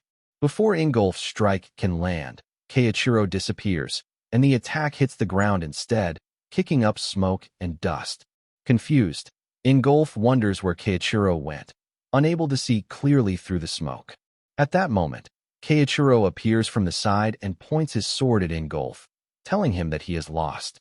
Seeing this, Ingolf tells Keiichiro that he always thought of him as a rival in a good way, someone who pushed him to become better, and asks why Keiichiro could not let him keep believing in that. Just as Keiichiro is about to respond, a sudden strike comes from behind and hits Ingolf, sending him to the ground. Keiichiro is stunned and quickly turns to look, only to see that it was Claudia who attacked. Claudia smirks and says that she will not let Keiichiro wrap things up just yet. Keiichiro becomes angry when he sees her. With a smile, Claudia greets him, saying it has been a long time. Hearing this, Keiichiro realizes that Claudia knows his true identity. Claudia then activates her magic and tells Keiichiro that although she would like to catch up with him, that will have to wait, because the real fun is about to begin. Then Claudia's aura begins to surround Ingolf, and he slowly stands up, now ready to face Keiichiro again, but much stronger than before due to Claudia's magic. Keiichiro quickly realizes the dangerous situation he is in. Claudia then tells Keiichiro to resume his duel against Ingolf. At that moment, Sayuki arrives and tells Claudia that it is time to leave. Keiichiro is stunned to see Sayuki working under Claudia and shouts, asking why Sayuki is reporting to Claudia. Ignoring his question, Claudia turns away and leaves, telling Keiichiro to fight to his heart's content. Angered, Keiichiro tells Claudia to wait, but before he can move, Ingolf releases his aura, spreading it across the ground and covering his body once again with his mana armor. Seeing this, Keiichiro realizes that Ingolf is clearly not in the right state of mind, which means Claudia must have used her hypnosis magic on him. Even the perfect hypnosis that Keiichiro once used on Yoichi was actually a copy of Claudia's original technique. If Claudia truly used that magic on Ingolf, then this situation is extremely dangerous. However, Keiichiro has no choice but to push through and continue fighting. Filled with anger, Ingolf rushes forward to attack Keiichiro. Keiichiro decides to use the same plan as before, staying calm and carefully reading Ingolf's movements. But suddenly, In an instant, Ingolf appears right in front of him, completely shocking Keiichiro. Before he can dodge, Ingolf lands a powerful strike, sending Keiichiro flying backward. Fortunately, Keiichiro is once again able to reduce the impact using his sword, but even so, he cannot believe that Ingolf still has this much strength left. As Keiichiro steadies himself, he notices that Ingolf's body is already severely injured. Seeing this, Keiichiro thinks that if this duel continues any longer, Ingolf will be in serious danger. Keiichiro has heard that humans subconsciously limit their own strength to avoid harming themselves, but Claudia's magic seems to have removed that natural restraint from Ingolf. As expected from someone known as the Queen of Mind Control, Claudia's power is extremely dangerous. Keiichiro also realizes that Ingolf's speed has increased to an entirely different level. First, he needs to find a way to shut that down. As Keiichiro prepares to counter, Ingolf charges straight at him again. Keiichiro tries to block the attack using a mana barrier, but Ingolf still manages to break through it and nearly lands another strike. Keiichiro barely manages to dodge in time and quickly puts distance between himself and Ingolf. He then realizes that something is not right and starts wondering what is really going on, because the mana surrounding Ingolf appears to be fading. Keiichiro considers that maybe the hypnosis is failing, but he knows Claudia is not the type of person to make such mistakes. If she planned to use Ingolf, then she would have made sure every detail was perfect. Still, something does not add up. For now, Keiichiro decides to save the questions for later, because Ingolf's magic armor is beginning to break, and that creates an opening. Taking advantage of this chance, Keiichiro rushes forward and strikes at Ingolf with his void magic sword. As Keiichiro closes the distance, Ingolf also throws a punch at him. However, Keiichiro overpowers Ingolf's strike and injures his right hand. Then Keiichiro follows up with another attack using his void magic. When the strike lands, the entire area is filled with blue mana. As the dust finally settles, Keiichiro is seen holding Ingolf, and Ingolf admits that he has lost. Keiichiro calmly replies that yes, he has won again. Smiling weakly, Ingolf says that fighting against Keiichiro has made him certain of one thing. Keiichiro was not the one who destroyed Ingolf's homeland. After saying this, Ingolf collapses to the ground. Shocked by these words, Keiichiro immediately asks what Ingolf is talking about. Then the scene shifts to later that night, when Ingolf wakes up and is shocked to see Keiichiro sitting beside him. Confused, Ingolf asks if Keiichiro is the one who treated his injuries. Keiichiro replies that it was only basic first aid and adds that if Ingolf moves around too much, it could worsen his condition.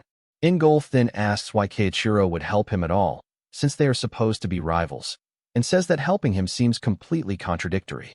Keiichiro answers that something Ingolf said earlier has been bothering him, specifically when Ingolf said that Keiichiro was not the one who destroyed his homeland. Keiichiro asks what Ingolf meant by that. Ingolf replies that he heard someone destroyed his village 20 years ago. Keiichiro asks if they still have not found the person responsible. Hearing Keiichiro's tone, Ingolf thinks that this reaction matches what he had suspected. Ingolf then says that he will explain everything to Keiichiro. He explains that 20 years ago, just 1 week before the SSS dungeon calamity occurred, he was certain about what he saw, or at least what he believed he saw: Keiichiro's silhouette standing in the ruins of his hometown. Keiichiro is shocked to hear this. Ingolf continues, saying that he could not believe his own eyes at first, because he never thought Keiichiro was the type of person who would do something like that. But amid the destruction of the town and people trying to escape, the laughing male silhouette he saw looked exactly like Keiichiro. Hearing this, Keiichiro is completely confused, because he knows for certain that he never did such a thing. He begins to wonder who Ingolf actually saw that day. Ingolf then explains that shortly after that incident, he found something in Keiichiro's room, a written plan that described how to take down all the heroes. Keiichiro is stunned by this revelation. Ingolf adds that the Pentagram Saints eventually came to the conclusion that Misato Keiichiro was a traitor, and the result of that decision is something Keiichiro already knows very well. After hearing everything, Keiichiro thinks that Ingolf does not seem to be lying, which means someone must have carefully orchestrated all of this. Whoever Ingolf saw that day, pretending to be Keiichiro, was likely a false image created by the same person who planted the evidence. Filled with anger, Keiichiro thinks that manipulating someone's senses and planting false memories is something only a very specific person could accomplish. If anyone could do that, it would be Claudia. Keiichiro has copied Claudia's hypnosis magic before, so he knows how it works. It targets the brain directly and can force behavior and perception. Keiichiro then asks Ingolf if it could have been Claudia all along. Ingolf replies that he had the same thought. He says that the spell Claudia used on him earlier was not meant to support him at all. If Claudia could implant a command that forced Ingolf to fight until either he or his opponent fell, then preventing Keiichiro from properly verifying the truth would not be difficult either. That would mean Claudia could have made Ingolf believe that Keiichiro was the one who destroyed his village. Hearing this, Keiichiro says that would explain everything. Ingolf then stands up and says that no matter what the truth is, he still owes Keiichiro an apology. He admits that he wronged him. Ingolf then pulls out a dagger and tells Keiichiro to strike him down right there, saying that it is all he deserves. Hearing this, Keiichiro smiles and tells Ingolf to look at the view from the hill, asking if it reminds him of the days when they trained together. Ingolf replies that they were like brothers back then, and that kind of bond does not break on its own. Keiichiro agrees and asks who really broke it, and whether they are truly going to let that person walk away after everything that happened. He says that they now share a common enemy and tells Ingolf to team up with him. Ingolf is surprised by this, but Keiichiro tells him that Ingolf is not the type of person who would leave things unresolved. With a small smile, Ingolf agrees and says that it seems he still has something important left to do. The two of them then shake hands. A few moments later, Ingolf says that they should head toward the Mediterranean. Keiichiro replies that this makes sense, because Claudia supposedly built a city there for her followers and may be using it as her main base of operations. Ingolf says that he will go with Keiichiro, but Keiichiro tells him no. He explains that Claudia placed a spell on both of them that was meant to force them to fight until one of them was gone, so Claudia must believe that one of them is already out of the picture. Hearing this, Ingolf says that they should use that misunderstanding to their advantage. Keiichiro agrees and explains that Claudia likely believed that defeating just one of them would be enough, and now it is time to show her that she miscalculated. It will be easier for Keiichiro to move freely if Claudia believes that he is no longer a threat. Keiichiro then tells Ingolf to continue operating as a pentagram saint, just as before, and to keep an eye on Nathaniel as well, whose movements seem suspicious. Keiichiro tells Ingolf that he will be counting on him. With a confident smile, Ingolf replies that he understands. Keiichiro then looks up at the sky and thinks that a lot has happened, but now the next step is finally clear. He will make Claudia regret manipulating Ingolf and framing him for crimes he never committed. Then the scene shifts to the next day, where we see Keiichiro traveling on a boat. Keiichiro thinks to himself that a lot of things have happened in Germany.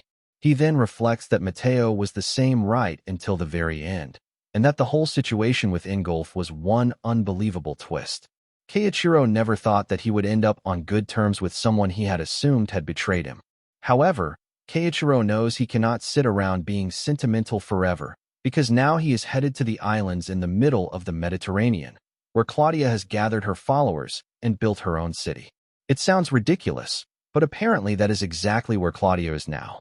If it is truly a city of believers, then Keiichiro just needs to sneak in as one of them, and that should help him find the key to getting closer to Claudia. In order to do that, Keiichiro decides to use his void spell first. Then, he activates his recognition blocking magic. This spell is still not perfect, but it will keep his presence hidden whenever he wants, making it difficult for others to remember him clearly. At that moment, an old man approaches and sees Keiichiro, then asks if he is also going to Burgoism. Hearing this, Keiichiro assumes that Burgoism must be the name used for Claudia's followers. Keiichiro replies, saying something like, "Yes, that is correct." Then the old man tells him that devotion alone will not get him very far, because the old man himself is hoping to get an audience with Lady Claudia. That is why he brought a hefty sum of money, since only high-ranking believers are allowed to see Lady Claudia. Hearing this, Keiichiro recalls that Claudia does indeed rank her followers. Soon after, the announcer declares that they will be docking shortly. Hearing this, the old man tells Keiichiro that he will see him again soon. However, the old man suddenly becomes shocked to see that there is no one standing in front of him anymore. which leaves him completely confused. From the side, Keiichiro sees this and realizes that the recognition-blocking magic is working. Now, he thinks, it is finally time to settle the debt from 20 years ago, and also the one from Germany. A few moments later, Keiichiro disembarks and is shocked to see how massive the tower is.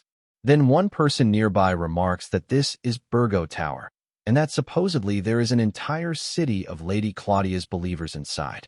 The people around him are stunned by the sight. Meanwhile, Keiichiro thinks to himself that 20 years ago, Claudia only had a tiny monastery here, and now she has built something like this. If the tower is this large, then the number of followers inside must be unbelievable. It is perfect for slipping in unnoticed, even though the security looks tight. Still, it does not really matter to Keiichiro, because as long as he has his void magic, he believes he can manage. Then the scene shifts to the inspection area, where a guard checks Keiichiro. Shortly after, another guard informs him that he has been accepted as a first-rank Burgoist and hands him his credentials. Inside the tower, each rank determines which floors a person may enter. As a first rank, only the first layer is accessible. To rise in rank, Keiichiro must pass the trials set by the Burgo faith. If he reaches the highest rank, the 7th rank, he will be granted an audience with Lady Claudia. As Keiichiro enters the tower, he feels relieved that his fake identity worked. Because of the recognition-blocking spell, the guards will not remember him clearly afterward. Keiichiro finally enters the city of believers, and as he looks around, he thinks that, for a moment, it is hard to believe that he is actually inside a tower. As he moves forward, he sees someone arguing with the guards. It is the same old man he met on the boat, and the guards are stopping him because he is not allowed to enter the 2nd layer, which is reserved for higher ranks only. Angered, the old man shouts that he does not care, ignores the guards, and rushes toward the 2nd layer anyway. But then a lightning-type spell activates, and he falls to the ground. Seeing this, Keiichiro realizes that brute force will not get him through this place. Since Claudia must be at the top, that means he has no choice but to climb the ranks first and clear whatever trials they throw at him. Keiichiro decides that he will climb this hierarchy from the very bottom, step by step. Then the scene shifts to another room, where a man hands Priest Samoa a list of the new believers who have just enrolled. Priest Samoa is told to choose today's trials. Hearing this, Priest Samoa, with a serious expression on his face, states that he will personally be the one to test these new believers again. The scene shifts to Keiichiro sitting on a bench. Keiichiro thinks that sneaking into the tower went smoothly, and that the next step is clearing whatever trials they throw at new believers so he can climb the ranks. At that moment, a bird flies down to Keiichiro carrying a letter. As Keiichiro opens the letter, it instructs him to proceed to the northern manor on the 1st floor.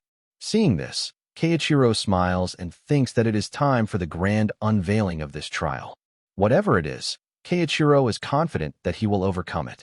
Then the scene shifts to where all the new believers have gathered, and Priest Samoa introduces himself, explaining that he is tasked with overseeing the first-rank disciples. Priest Samoa then asks why everyone came to this tower in the first place. He starts by asking a young girl. The girl replies that she wants to meet Lady Claudia and reach the top floor, because her village has recently been struck by an unknown illness, and even her grandmother is not doing well. That is why she is hoping that Lady Claudia might lend her power and help her village. Hearing this, Keiichiro thinks that this girl came all this way alone for the sake of her family and her village, which is truly admirable. However, some of the other new believers begin laughing and making fun of her outfit. Priest Samoa immediately asks if something is funny, and whether the two of them do not wish to seek an audience with Lady Claudia themselves. Nervously, the two believers reply that they do, and they apologize right away. Priest Samoa then explains that climbing this tower is no simple feat. He asks, 1 year and 90%. Does anyone know what these numbers mean?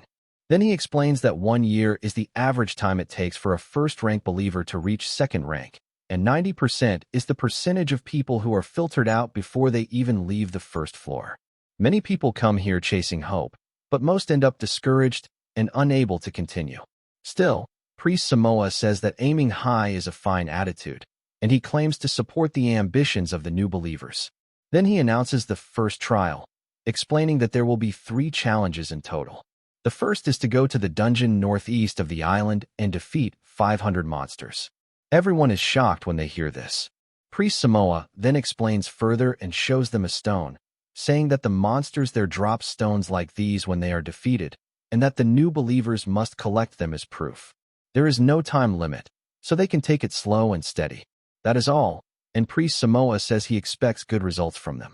Everyone starts wondering how they will possibly defeat that many monsters, but the girl from earlier quietly leaves, clearly determined to take on the challenge. Seeing this, Keiichiro approaches the girl and says that he did not expect that. Hearing this, the girl recognizes Keiichiro from earlier and asks what he did not expect. Keiichiro explains that everyone else was completely shaken when they heard about the trial, but she did not even hesitate. The girl replies that of course she is scared, but for the sake of her village, she does not have a choice. Then she says that Keiichiro is also aiming for the top, and tells him that they should both do their best. Keiichiro replies that of course they will. Meanwhile, Keiichiro thinks to himself that there is something about this girl, but there is no point in digging into it right now. Then the scene shifts to later that day, where the old man is meeting with Priest Samoa and has already reached the second rank. The old man thanks the priest, and the priest replies that this is nothing and that he should think of it as divine providence. Happily, the old man proceeds to the second layer. Meanwhile, Priest Samoa, smiling to himself, thinks that he has raised the bar to impossible heights with outrageous trials so that no one can actually advance. Then, for those who are desperate enough, he approaches them privately, takes their money, and lets them advance to the second layer. Priest Samoa further remarks that the northeast dungeon has powerful monsters, and for the weak, it does not matter even if they take a year, because they will never make it. Those who cannot gather enough money may as well cling to their hopeless dreams until they eventually give up. Meanwhile, Keiichiro hears everything from the rooftop. Keiichiro remarks to himself that Priest Samoa is clearly acting like a villain, taking money from the rich and ignoring everyone else around him. Some disciples genuinely want an audience with Claudia out of pure faith, and Priest Samoa does not care about that at all, which truly angers Keiichiro. Then the scene shifts to the next day, where Keiichiro goes to meet Priest Samoa. Keiichiro informs the priest that he has brought back the mana stones from the dungeon. As Keiichiro shows the stones to him, Priest Samoa is stunned and finds it impossible to believe, since it has only been one day. With a nervous smile, Priest Samoa congratulates Keiichiro. However, Keiichiro then tells the priest that if he does not want people hearing his secrets, it would be best for him to keep his windows closed. Shocked by this, the priest wonders if Keiichiro overheard him the previous day. Filled with anger, Priest Samoa declares that this is his domain and that he will not let some upstart run wild here, and he promises that he will make sure to teach Keiichiro a lesson inside this tower. Priest Samoa narrows his eyes in frustration. Why would Keiichiro appear before him just to deliver that message? In his mind, it feels less like a report and more like a warning. Furious, Samoa smirks coldly. If Keiichiro thinks he can intimidate him, then he will respond in kind. He decides to arrange a special second trial, one that will solve his problem once and for all. The scene shifts to the disciples' dormitory. Keiichiro prepares himself calmly, reflecting on the situation. The priest has not made any moves inside the tower yet, which means he is not reckless enough to act openly. Just then, a bird flies in through the window and drops a letter in front of him. It contains details of the second trial. After reading it, Keiichiro immediately understands Priest Samoa's plan. Under the guise of another trial requirement, the priest intends to eliminate him. If Keiichiro dies during the mission, it would simply appear as a failed attempt to pass the tower's conditions. 2 goals achieved with 1 move. According to the letter, the trial requires him to defeat the boss monster of the Southern Island dungeon. Keiichiro knows it is a trap. Even so, he decides to face it directly. Upon entering the Southern Island dungeon, he is instantly struck by the intense heat. Keiichiro realizes that Priest Samoa likely expects the dungeon boss to finish him off. And if the priest has prepared a backup plan, then Keiichiro will prepare one as well. He quietly casts a spell in advance as a precaution. Suddenly, a pack of fire monsters charges toward him, roaring with fury. Keiichiro quickly assesses the situation. These are upper-tier fire beasts that roam in groups, confirming that this dungeon is high-level and extremely dangerous. However, Keiichiro activates his void magic. With a single powerful strike, he eliminates several monsters at once. Feeling his strength and magical control improving, Keiichiro smiles slightly. His training for the upcoming battle against Ingolf is finally paying off. Determined to end this quickly, he pushes deeper into the dungeon. Unbeknownst to him, or so it seems, a cloaked figure is following from the shadows. The scene shifts to Priest Samoa's office. A subordinate questions whether Samoa is certain about targeting Keiichiro. After all, he completed the first trial in a single day. What if he defeats the dungeon boss as well? Samoa dismisses the concern. Has any first-tier disciple ever defeated that boss monster? Still, just to be safe, he has already arranged for an assassin to enter the dungeon. This time, Keiichiro will not survive. Back in the dungeon, the cloaked assassin watches in shock as Keiichiro defeats the boss monster almost instantly. Samoa had warned him that Keiichiro was strong, but this level of power was beyond expectation. The assassin assumes Keiichiro has not detected his presence. No matter how powerful someone is, a perfect ambush should still work. He moves in for the attack. But before he can strike, he suddenly collapses to the ground. His legs are trapped in a spell circle that Keiichiro had cast earlier as insurance. The assassin is stunned. How did Keiichiro know he was there? Keiichiro calmly reveals that he used a void-class tracking spell to monitor his surroundings. Preparing a backup plan was the right decision. Without hesitation, he defeats the assassin. With a faint smirk, he notes that the priest's plan has failed once again. The scene then returns to Priest Samoa's office. Keiichiro walks in and presents the crystal as proof that he defeated the dungeon boss. Samoa is visibly shocked. He can hardly believe it. Keiichiro casually remarks that the battle was tougher than expected. He did not anticipate the boss being that strong. He also mentions that a man in a black robe suddenly attacked him, as if acting under someone's orders. He wonders aloud who would attempt such a thing. With that, Keiichiro leaves, saying he looks forward to the third trial. Left alone, Priest Samoa feels confused and uneasy. Why did Keiichiro not report the assassination attempt? Then he realizes there is no concrete proof linking it back to him. Or perhaps Keiichiro believes reporting it would accomplish nothing. In that case, Samoa decides to take matters into his own hands. Even if Keiichiro is stronger than expected, he now possesses a powerful ring given to him by Lady Claudia. With its power, Priest Samoa believes he will finally be able to defeat Keiichiro himself. The scene shifts to late at night. Two disciples quietly complain that ever since Samoa became priest, every trial has grown unusually difficult. At this rate, they fear they will never reach the second layer of the tower. Keiichiro overhears their conversation. Without drawing attention, he walks over to the guards and politely asks them a question. After receiving his answer, he thanks them and leaves. The guards exchange confused looks, wondering what that was about. In reality, Keiichiro had asked about the schedule for the upper priest's inspection visit. A few days later, Priest Samoa gathers everyone to announce the contents of the first layer's final trial. Keiichiro quietly thinks to himself that Samoa chose a terrible day to set this up. Or perhaps it proves Samoa's faith is not lacking at all, just misplaced.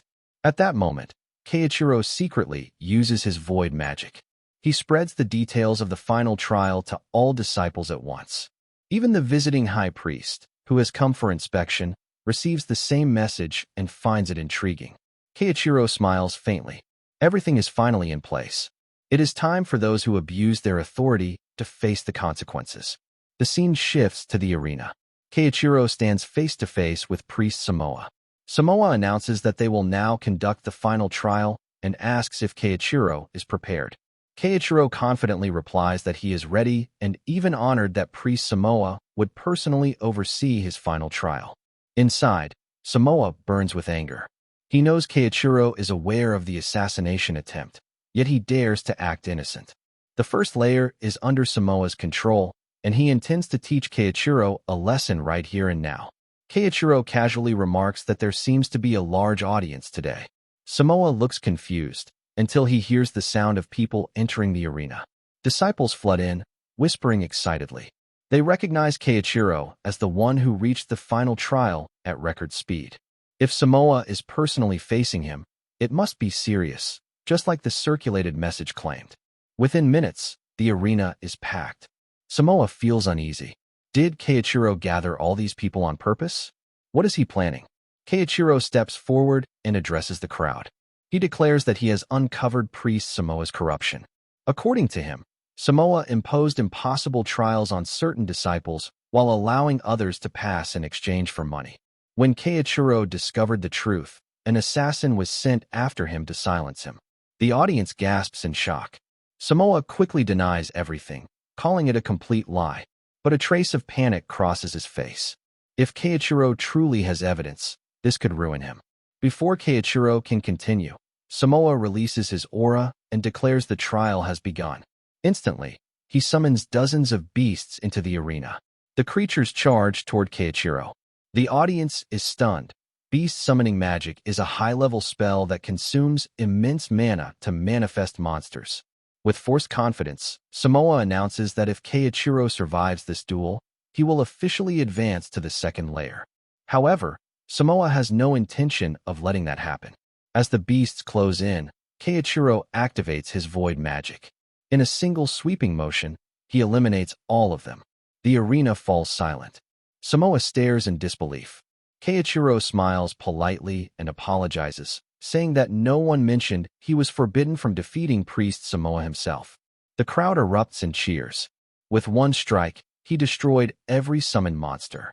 Some begin whispering about his true identity. Even a young disciple watching from the stands is amazed by the sheer power of his magic. In the arena, Samoa grits his teeth. Keiichiro must not become overconfident.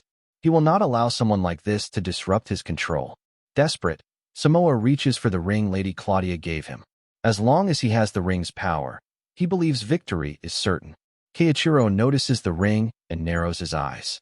Samoa activates it, but nothing happens. Stunned, Samoa wonders why it is not working. The ring was meant to amplify his abilities. At that moment, the high priest steps into the arena. He calmly announces that the ring does not respond to those with ill intentions. Hearing this, he begins to suspect that Keiichiro's accusations may not be entirely false. Keiichiro smiles slightly and remarks that the high priest truly came. Samoa freezes when he recognizes him. Fifth layer priest Agito Norman. Agito looks at Samoa and says thoughtfully, "A priest unable to use that ring? That suggests there is more to this story. Why don't you explain everything to me?" Seeing the situation unfold, Keiichiro reflects silently. He never expected someone as high-ranking as Priest Agito to personally conduct the inspection. However, this development works even better for his plan. Priest Agito steps forward and explains that when he first arrived at the first layer, he received a rather unusual message. It stated, "I am exposing the corruption of the first layer priest, Samoa. If you wish to confirm the truth, come to the arena." Samoa is visibly shaken upon hearing this. Agito calmly declares that arrogant priests who abuse their authority will be punished. Inside, Samoa realizes that Keiichiro had remained silent all this time only to reveal everything at the perfect moment.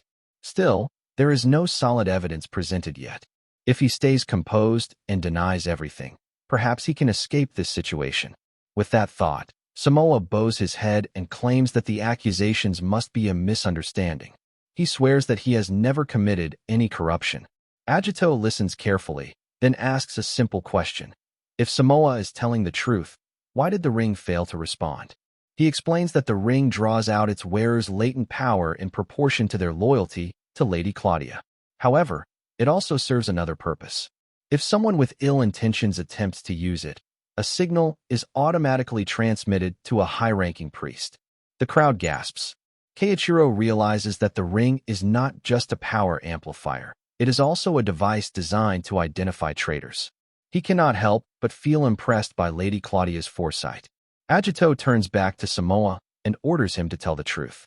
Samoa continues to insist on his innocence. Suddenly, Agito releases his aura. The pressure in the arena becomes overwhelming. He warns Samoa not to force him to repeat himself. Terrified, Samoa collapses to the ground. Agito further explains that when Keiichiro began speaking earlier, Samoa immediately forced the trial to start in order to silence him. That action alone suggests he had something to hide. Even then, Samoa attempts to deny it. Furious, Agito states that he will not allow anyone to tarnish Lady Claudia's reputation. He calmly sits down and announces that he will extract the truth himself. With a spell, he compels Samoa to speak honestly. Under the spell's effect, Samoa confesses everything. He admits to imposing unreasonable trials on first-layer believers and accepting money in exchange for passing them. The entire audience is stunned by the confession. Agito calls the guards and orders them to escort Samoa away. Once Samoa is removed, Agito faces the crowd and declares that it is time to deal with the aftermath. He announces that the corruption of priest Samoa is deeply regrettable, and he offers his sincere apologies on behalf of the church. However, he emphasizes that this incident must not damage the institution's overall reputation. To restore faith, Agito proposes that all first-layer believers present will be promoted to the second layer. The arena erupts in cheers. Agito adds that if anyone wishes to express gratitude, they should thank Keiichiro, as he was the one who exposed the truth. The crowd begins chanting Keiichiro's name. Agito then personally thanks Keiichiro for uncovering Samoa's corruption. As for a reward, he says it will be announced later. With that, he leaves the arena. Keiichiro watches him go and thinks to himself that Priest Agito is far more perceptive than Samoa ever was. As everyone celebrates their advancement, later that day, Agito reports the incident to the other high priests. He explains that the situation was resolved largely thanks to the actions of a single believer. Had the corruption gone unnoticed longer, the church's reputation might have suffered greatly. The other high priests agree that Samoa's misconduct is unfortunate, but Keiichiro's conduct was exemplary. They suggest he should serve as a model for others. With that in mind, Agito presents a proposal. The scene shifts to Keiichiro ascending to a higher layer. As he steps through the entrance, he looks around in surprise. He had not expected to be promoted directly to the fifth layer. Perhaps this is meant to set an example. Either way, advancing this quickly exceeds even his expectations. Inside, he meets Priest Agito once again. Keiichiro expresses his gratitude for the promotion.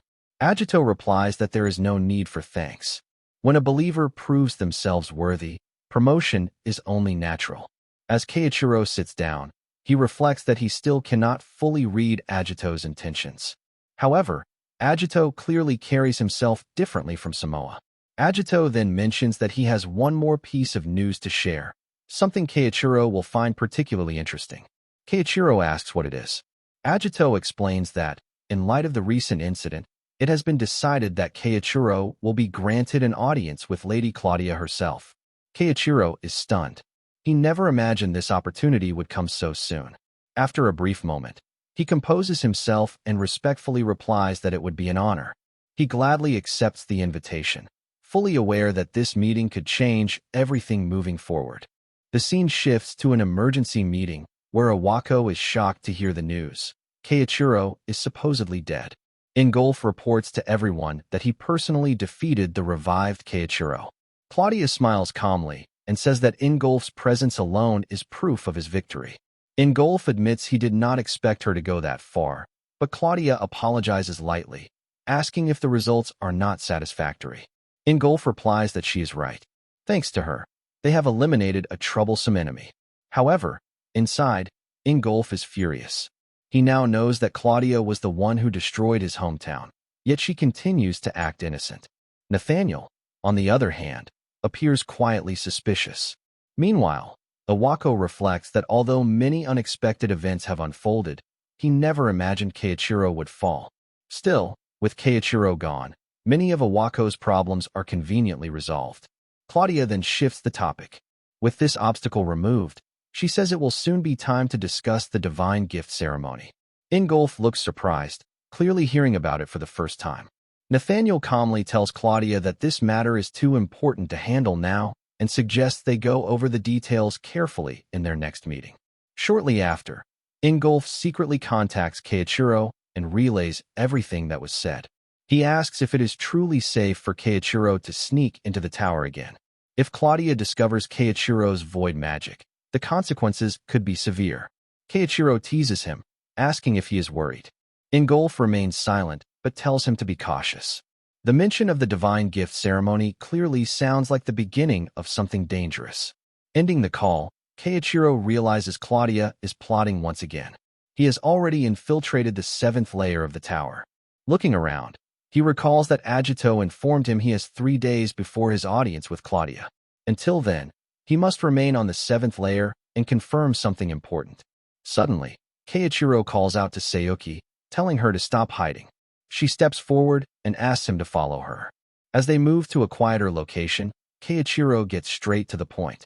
He asks whether she had anything to do with the hypnosis spell Claudia cast on Ingolf. The spell was incomplete, and Claudia is not someone who makes careless mistakes. The only person who could have interfered back then was Sayuki. But if she stands on Claudia's side, why would she do that? Sayuki quietly answers that she does not want Keiichiro to die again. Confused, he asks what she means.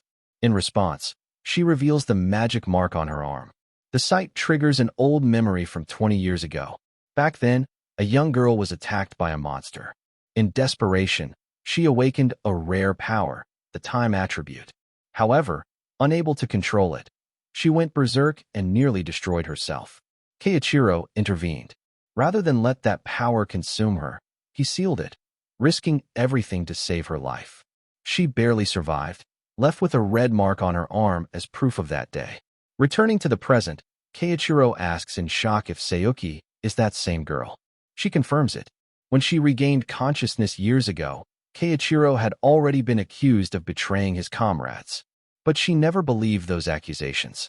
Knowing the man who saved her would never commit such acts, she approached Claudia to uncover the truth about what happened 20 years ago. For 10 long years, Sayuki devoted herself to study and service, gradually earning Claudia's trust until she finally learned the truth. After the Rei incident, she was ordered to investigate the current Misato Keiichiro. At first, she doubted it could be him.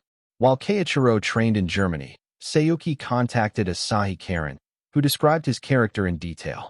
That was when she became certain the man before her was the same hero who once saved her life. Sayuki says she is alive because of him, and she thanks him sincerely. Keiichiro smiles softly, realizing she has believed in him for 20 years without wavering. But then Sayuki reveals something far more serious. She tells him that she has seen the worst possible future, and in that future, everything ends in disaster. The only person capable of changing it is Keiichiro. To her, he represents the ideal hero. With urgency in her voice, Sayuki asks him to lend her his strength. Together, they must stop Claudia's divine gift ceremony and prevent a catastrophe that could endanger the entire world. Sayuki continues, revealing the full truth to Keiichiro. She explains that she used time magic to return from the future. In that timeline, Claudia successfully rises to absolute power and rules the world without opposition. If events continue on their current path, the future will become a world filled with despair. To change that outcome, Sayuki needs Keiichiro's strength. Keiichiro is stunned. Sayuki then tells him something even more shocking. In that future, Keiichiro loses his life. But at the very moment of his death, he casts a powerful void reversal spell. With the last of his strength, he releases the power of regression and entrusts Sayuki with it, asking her to go back and change the tragic future. Sayuki says she refuses to accept that ending. No matter what, she will not allow that world to exist. Keiichiro quickly connects the pieces. He concludes that the root cause of everything must be the divine bestowal ceremony Claudia is preparing. He asks Sayuki what exactly happens in that future. She explains that Claudia uses monsters to summon the Calamity Beast. Countless lives are lost in the chaos that follows. Hearing this name sends a chill down Keiichiro's spine. 20 years ago, there was a monster no one could defeat. Even with future sight, the heroes could not find a way to win. In the end, the only option was to seal the entire dungeon. That monster was the Calamity Beast. Sayuki explains that once Claudia controls the Calamity Beast, she rewrites the very structure of the world. Anyone who opposes her is eliminated. Only her loyal followers remain, and she reshapes the world into one that serves her will in every way. Keiichiro finally understands Claudia's ambition. However, he points out that Claudia is publicly recognized as a hero. To carry out such a plan, she would have to abandon that image completely.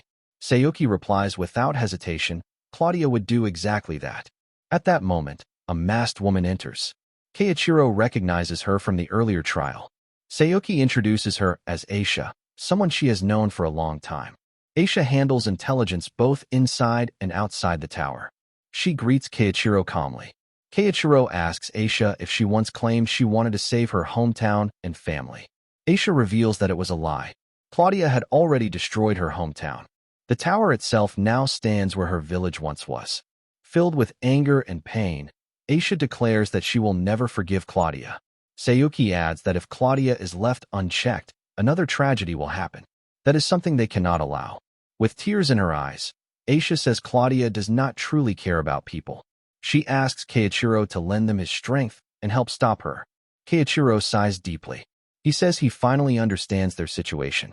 Claudia's scheme must be stopped. More than that, he agrees with Aisha's words. He cannot forgive Claudia either. Still, there is one crucial question. If they eliminate Claudia, will the divine gift ceremony stop? Sayuki shakes her head.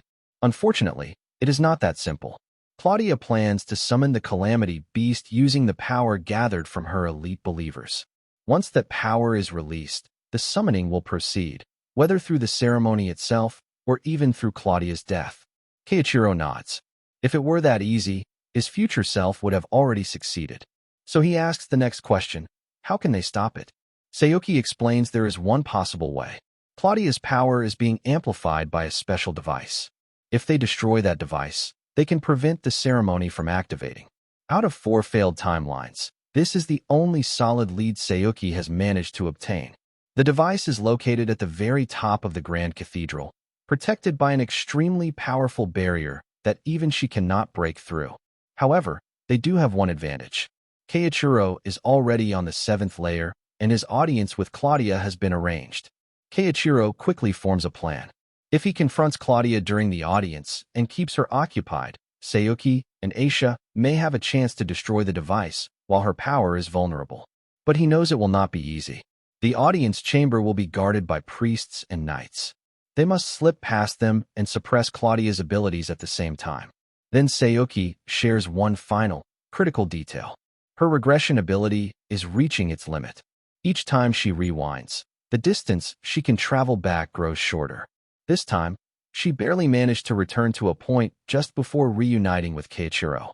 That means this is likely their final chance. Keiichiro understands the weight of those words.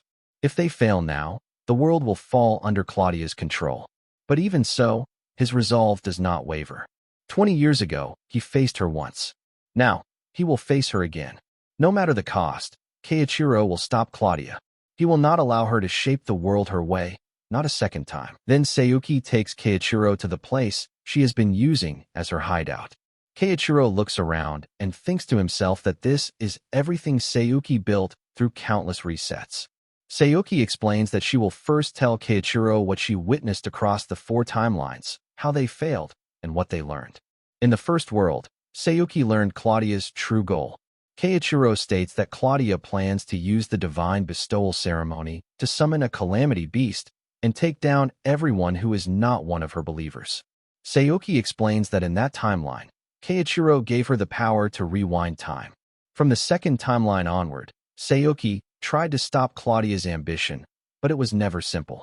In the second run, Sayuki managed to catch her off guard and defeat her, but her mana went out of control, and the calamity beast still manifested. Aisha remarks that it is not that simple. Keiichiro adds that even if they defeat her, the ceremony still triggers through some other mechanism. Sayuki further explains that in the third run, she failed to find the device that amplifies Claudia's magic. In the fourth run, she tracked down the device, but she could not figure out how to destroy it. Sayuki wanted to change the outcome, but she could not, so she kept seeing the same hopeless future again and again. However, even in those crushing defeats, there were important gains. Meeting Aisha was one of them. In fact, the reason an audience with Claudia is possible right now is thanks to Aisha. Surprised, Keiichiro asks what Sayuki means. Sayuki explains that the exposure of Priest Samoa's corruption on the first layer was created by Aisha. Aisha made sure the news reached Keiichiro, and Aisha also arranged for the high-ranking priests to inspect the first layer at that exact time. Hearing this, Keiichiro realizes it is true. If that incident had not happened, he would not even be here right now. So that is what was happening behind the scenes. Keiichiro smiles and thinks that it is not just these actions. Sayuki must have used every possible method to create the current situation. She has likely faced far more despair and hardship than she has shared, and she carried all that burden to reach this point. Aisha then states that they must absolutely stop Claudia's ceremony. Sayuki explains that destroying the device that amplifies Claudia's power is essential. For that, they need Keiichiro to neutralize Claudia during the meeting.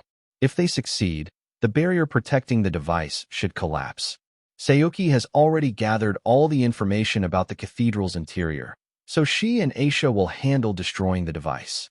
However, Keiichiro points out that it will not be easy to neutralize Claudia while all the priests are present. Sayuki explains that is why she needs to create a new spell, one that can change the future no matter how bad it seems.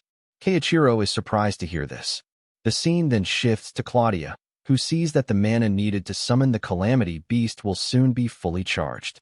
When that happens, she will proceed with the ceremony. Before that, there is someone she needs to meet, and she is looking forward to it. The scene shifts back to Keiichiro as he talks with Sayuki about meeting Claudia the next day. Sayuki tells him to be careful. Keiichiro tells her not to worry, as he has spent a long time refining the image in his mind and has already mastered the spell. Seeing this, Sayuki says that she finally sees some hope and thanks him. Keiichiro replies that he should be the one thanking her, since she kept resetting even after seeing that hopeless future. His ability may be different, but he understands how lonely it is to fight while knowing the future. In the first timeline, he entrusted everything to Sayuki, and she carried that will forward, bringing them to where they are now. He tells her that he is grateful and promises to live up to that trust. He thanks her for everything she has done so far. Hearing this, Sayuki smiles. Keiichiro then tells her that they will change the future together. Sayuki cannot help but blush. At that moment, Aisha enters and explains that she has memorized the cathedral's layout and the patrol routes. They are now fully prepared. Sayuki adds that they will make sure to win this time, no matter what. The scene shifts to the next day. Keiichiro goes to meet Claudia. As he walks forward, he communicates with Sayuki and Aisha telepathically and asks about their situation. They reply that they will reach the top floor without any trouble, as all the information they gathered is finally paying off. Keiichiro is surprised, as he did not expect Aisha to use long-range communication magic as well. When Keiichiro reaches the top floor, where he will meet Claudia, a high priest greets him and guides him into the room, where all the other high priests have gathered beside Claudia. As Keiichiro enters the room, Claudia sees him and senses something unusual. One of the high priests asks if something is wrong, but Claudia replies that it is nothing. Meanwhile, Keiichiro thinks to himself that, as expected, the perception jamming spell he is using should make him appear as a completely different person from Ase Keiichiro. Claudia will eventually see through it, but it will take time. In the future that Sayuki saw, Keiichiro used this spell twice on Claudia, and both times it took her about 5 minutes to fully break through it. The activation condition for the spell he is about to use now requires a certain amount of time to pass after he visually locks onto the target. He only needs to activate the new key spell before Claudia realizes his true identity. Meanwhile, Sayuki reaches the top floor. As expected, the security has not been reduced, and she is not authorized to go beyond that point. She has no choice but to take down the soldiers. More guards arrive for a shift change. At that moment, Sayuki quickly takes down one of them, surprising the others. She wastes no time and charges forward, defeating another soldier. The remaining guards attempt to contact Claudia, but before they can act, Aisha appears from behind and defeats them. After dealing with the soldiers, Sayuki says that everything is going according to plan. All that remains is for Keiichiro to break the barrier at the door once he defeats Claudia. Aisha then informs Keiichiro that they have reached the top floor. As one of the high priests walks toward him, Keiichiro thinks to himself that the first condition has been cleared, and now it is his turn. According to Sayuki, the audience always begins with a ceremonial address from a sixth-layer priest, but that is only a distraction. Claudia's real objective at this stage is something else. Sinis Lester, a seventh-layer priest, is measuring Keiichiro's total mana. This meeting is not just a greeting. Claudia's true goal is to gather magic power from believers with exceptional potential. If Keiichiro does not meet their standards, the meeting will end immediately. However, Sinis Lester is shocked by the immense amount of mana Keiichiro possesses. He says he has never seen anything like it before and advises Claudia to allow Keiichiro to proceed. Seeing this, Keiichiro smiles, as the second condition has also been cleared. Now, all that remains is to meet the final requirement for activating his spell. Suddenly, Claudia starts to laugh, surprising all the high priests. She says that she finally understands the source of her unease. Then she declares that Keiichiro is still alive. Everyone is stunned. Keiichiro is also surprised that Claudia has seen through his spell so quickly. Claudia steps closer and tells him that with such an overwhelming amount of mana, she can clearly identify the type of spell he is using. She admits she is impressed, as she believed Ingolf had defeated him. Based on the hypnosis she cast on Ingolf, it seems there is more to the situation, but she decides to deal with that later. For now, she only needs to defeat Keiichiro here. She orders the elite priests to attack him. Keiichiro already knows what she will do next. The high priests enhance themselves with special magic-boosting substances. Claudia is confident that with so many empowered fighters, even Keiichiro will not stand a chance. However, Keiichiro activates his new spell and defeats several high priests with a single strike, shocking Claudia. His mana then spreads and fills the entire room. Keiichiro explains that this space is completely cut off from the outside world. Claudia cannot interfere with anything beyond it, and she cannot draw power from outside either. That means she is trapped here with him. Confused, Claudia asks why he would create something like this. Keiichiro replies that he plans to destroy the mana amplification device that Claudia has been relying on and stop the manifestation of the calamity monster. If he seals her in this space, the barrier protecting the device should disappear as well. Claudia is surprised that he knows about both the device and the calamity monster. She assumes he tracked it down using his void magic, but then realizes his true intention is to trap her here. Claudia points out that Keiichiro is trapped with her as well and asks how he plans to destroy the device. Then she begins to understand what is happening. Keiichiro smirks. Claudia concludes that he must have a partner helping him. If that is the case, it explains how he learned about the device and why he has entrusted its destruction to someone else. Keiichiro admits that they have been working to stop the manifestation of the calamity beast, as there is no reason to hide it anymore. His plan is to keep Claudia here until the device is destroyed. Claudia thinks back and realizes that Sayuki was always in a position to watch her closely as her assistant, yet she has not seen her at all in recent days. On top of that, Claudia had arranged things so that either Ingolf or Keiichiro would die. There was never supposed to be a situation where both survived, unless someone interfered with her hypnosis at that time. She immediately thinks of Sayuki. Claudia then says that it is disappointing, as she had high expectations for her. With a confident smile, Claudia declares that she will defeat Keiichiro and escape using her new sword. Seeing the weapon, Keiichiro remembers what Sayuki told him. By using that sword, Claudia has been gathering mana from talented believers who came to meet her. Now she is trying to gather mana from him to break the barrier. Claudia charges forward and strikes, but Keiichiro evades her attacks. He recalls that, according to Sayuki, even killing Claudia would still trigger the manifestation of the calamity beast. That means he cannot allow her to die right now. His role is to prevent her attacks from succeeding until Sayuki and the others destroy the device. Keiichiro tells Claudia that she is naive, as her attacks are easy to dodge. Frustrated, Claudia switches tactics and fires a crossbow at him. Keiichiro is surprised but still manages to avoid the shot. It is the same spell that was used on Ingolf. Claudia explains that even a slight hit would be enough, as the arrows are infused with hypnosis magic. Although it is troublesome, Keiichiro continues to dodge every attack. Claudia then says she will share something interesting. She reveals that Sayuki is not her only capable assistant.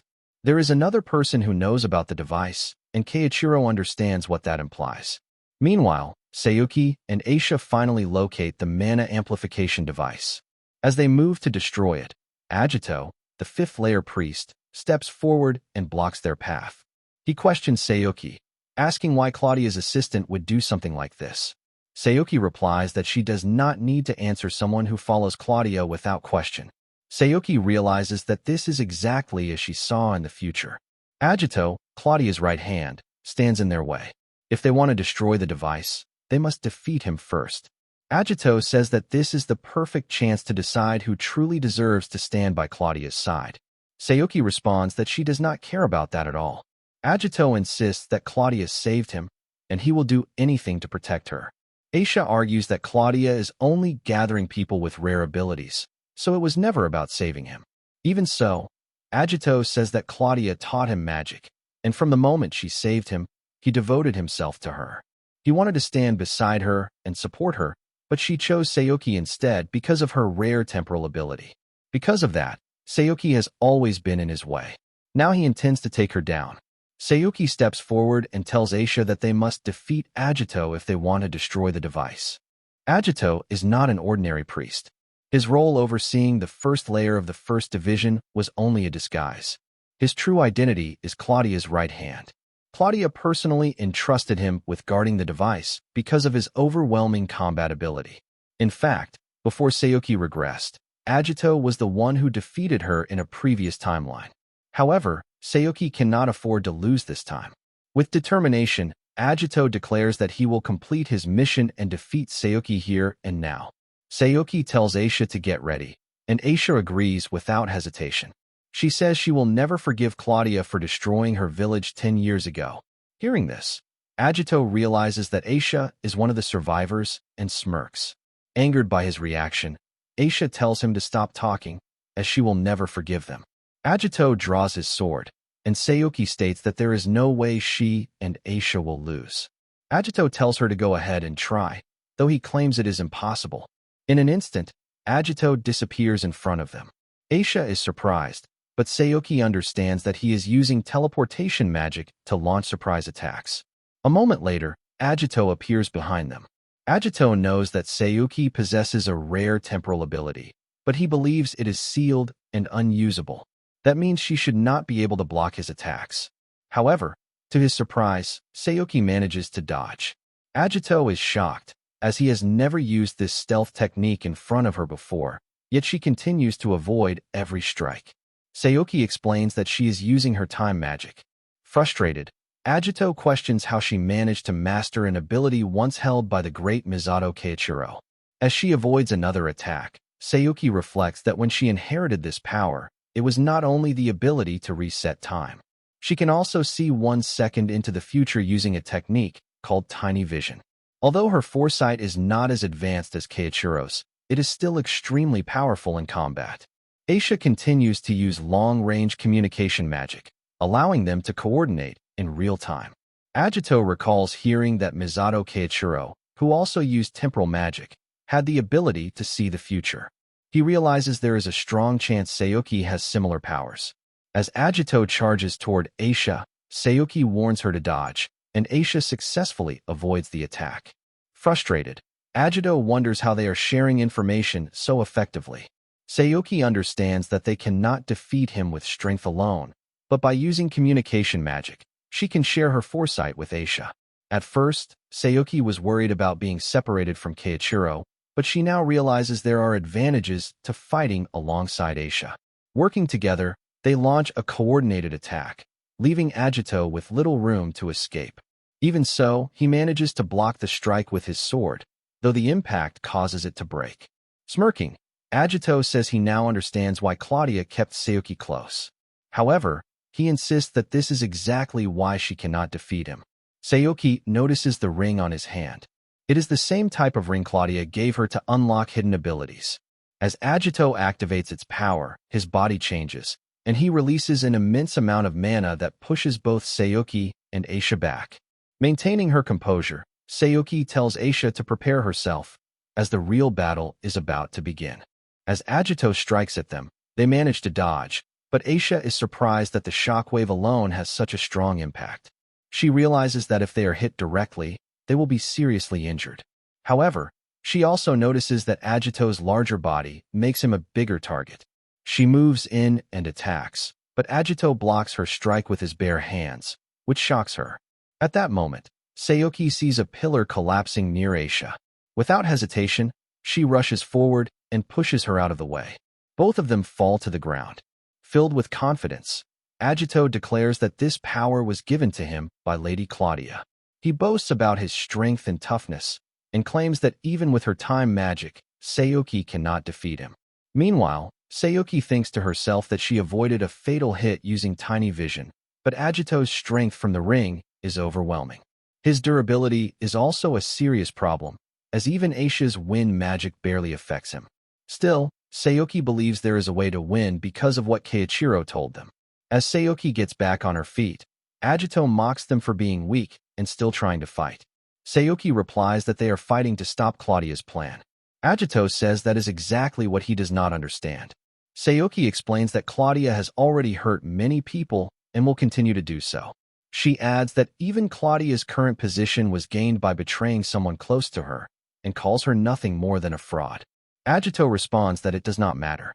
He claims Sayoki is only opposing Claudia because of Keiichiro, and that the future Claudia is trying to create is everything. He says that even if Sayoki rejects that truth, it will not change the outcome, as she will be defeated here. Sayoki tells him that he refuses to see anyone other than Claudia. She speaks about the weight of the past people carry and the future they fight for. None of it is easy. She understands despair, but she has moved forward despite it. Because of that, she will not lose to someone like him. Angered by her words, Agito charges forward to attack. At the same time, Aisha throws her dagger towards Sayoki. Sayoki catches it, and, as Agito closes in, she jumps into the air, dodging his strike. She then launches a powerful wind magic attack. Even so, Agito manages to endure it and pushes her back by releasing his mana. However, when Sayoki lands, Agito suddenly returns to his original form, which shocks him. Sayoki explains that she used her time magic, a technique called reverse fate. It pulls the target back to a previous state. Agito realizes that she has reverted him to the moment before he used the ring. Frustrated, Agito prepares to use his teleportation spell, but before he can act, Aisha appears behind him and lands a powerful wind attack. Together, they finally defeat him. The scene then shifts to Claudia, who is stunned as she feels her mana rapidly decreasing. Seeing this, Keiichiro realizes that Sayoki and Aisha have destroyed the device. Now, there is no need for him to hold back anymore. Frustrated, Claudia cannot believe that her mana amplification device has been destroyed. Keiichiro observes that, from her reaction, she must have been confident it would never be broken. Now it makes sense. She hid the device's location, set up a strong barrier, and even placed Agito as its guardian. That shows how determined she was to summon the Calamity monster. However, Sayoki and Aisha's resolve was stronger than hers. Angered, Claudia demands how Keiichiro dares to mock her. With equal intensity, Keiichiro responds that she should not mock others. To make Ingolf oppose him, she destroyed Ingolf's homeland. She built a city to gather followers, and for that, she also destroyed Aisha's village. She has trampled on the feelings of many people. Now that the device is gone, Keiichiro can finally bring her down. Keiichiro releases his aura and tells Claudia to prepare herself. Annoyed, Claudia says that Keiichiro has always been irritating, and in her eyes, his sense of justice is foolish. She admits that she has hated that part of him for the past 20 years. She then fires at him with her crossbow, but Keiichiro easily avoids the attacks. Claudia realizes that Keiichiro is being careful of her magic-absorbing arrows and will not approach recklessly. At the same time, Keiichiro now has the advantage since her amplification device is gone. However, he does not know that Claudia can restore the device using her own power. If she defeats him and escapes this space, she can still achieve her goal. She also knows she must deal with the traitors afterward. Claudia understands that Keiichiro's win condition is to defeat her, but she is determined not to let that happen. She has already prepared a plan to take him down.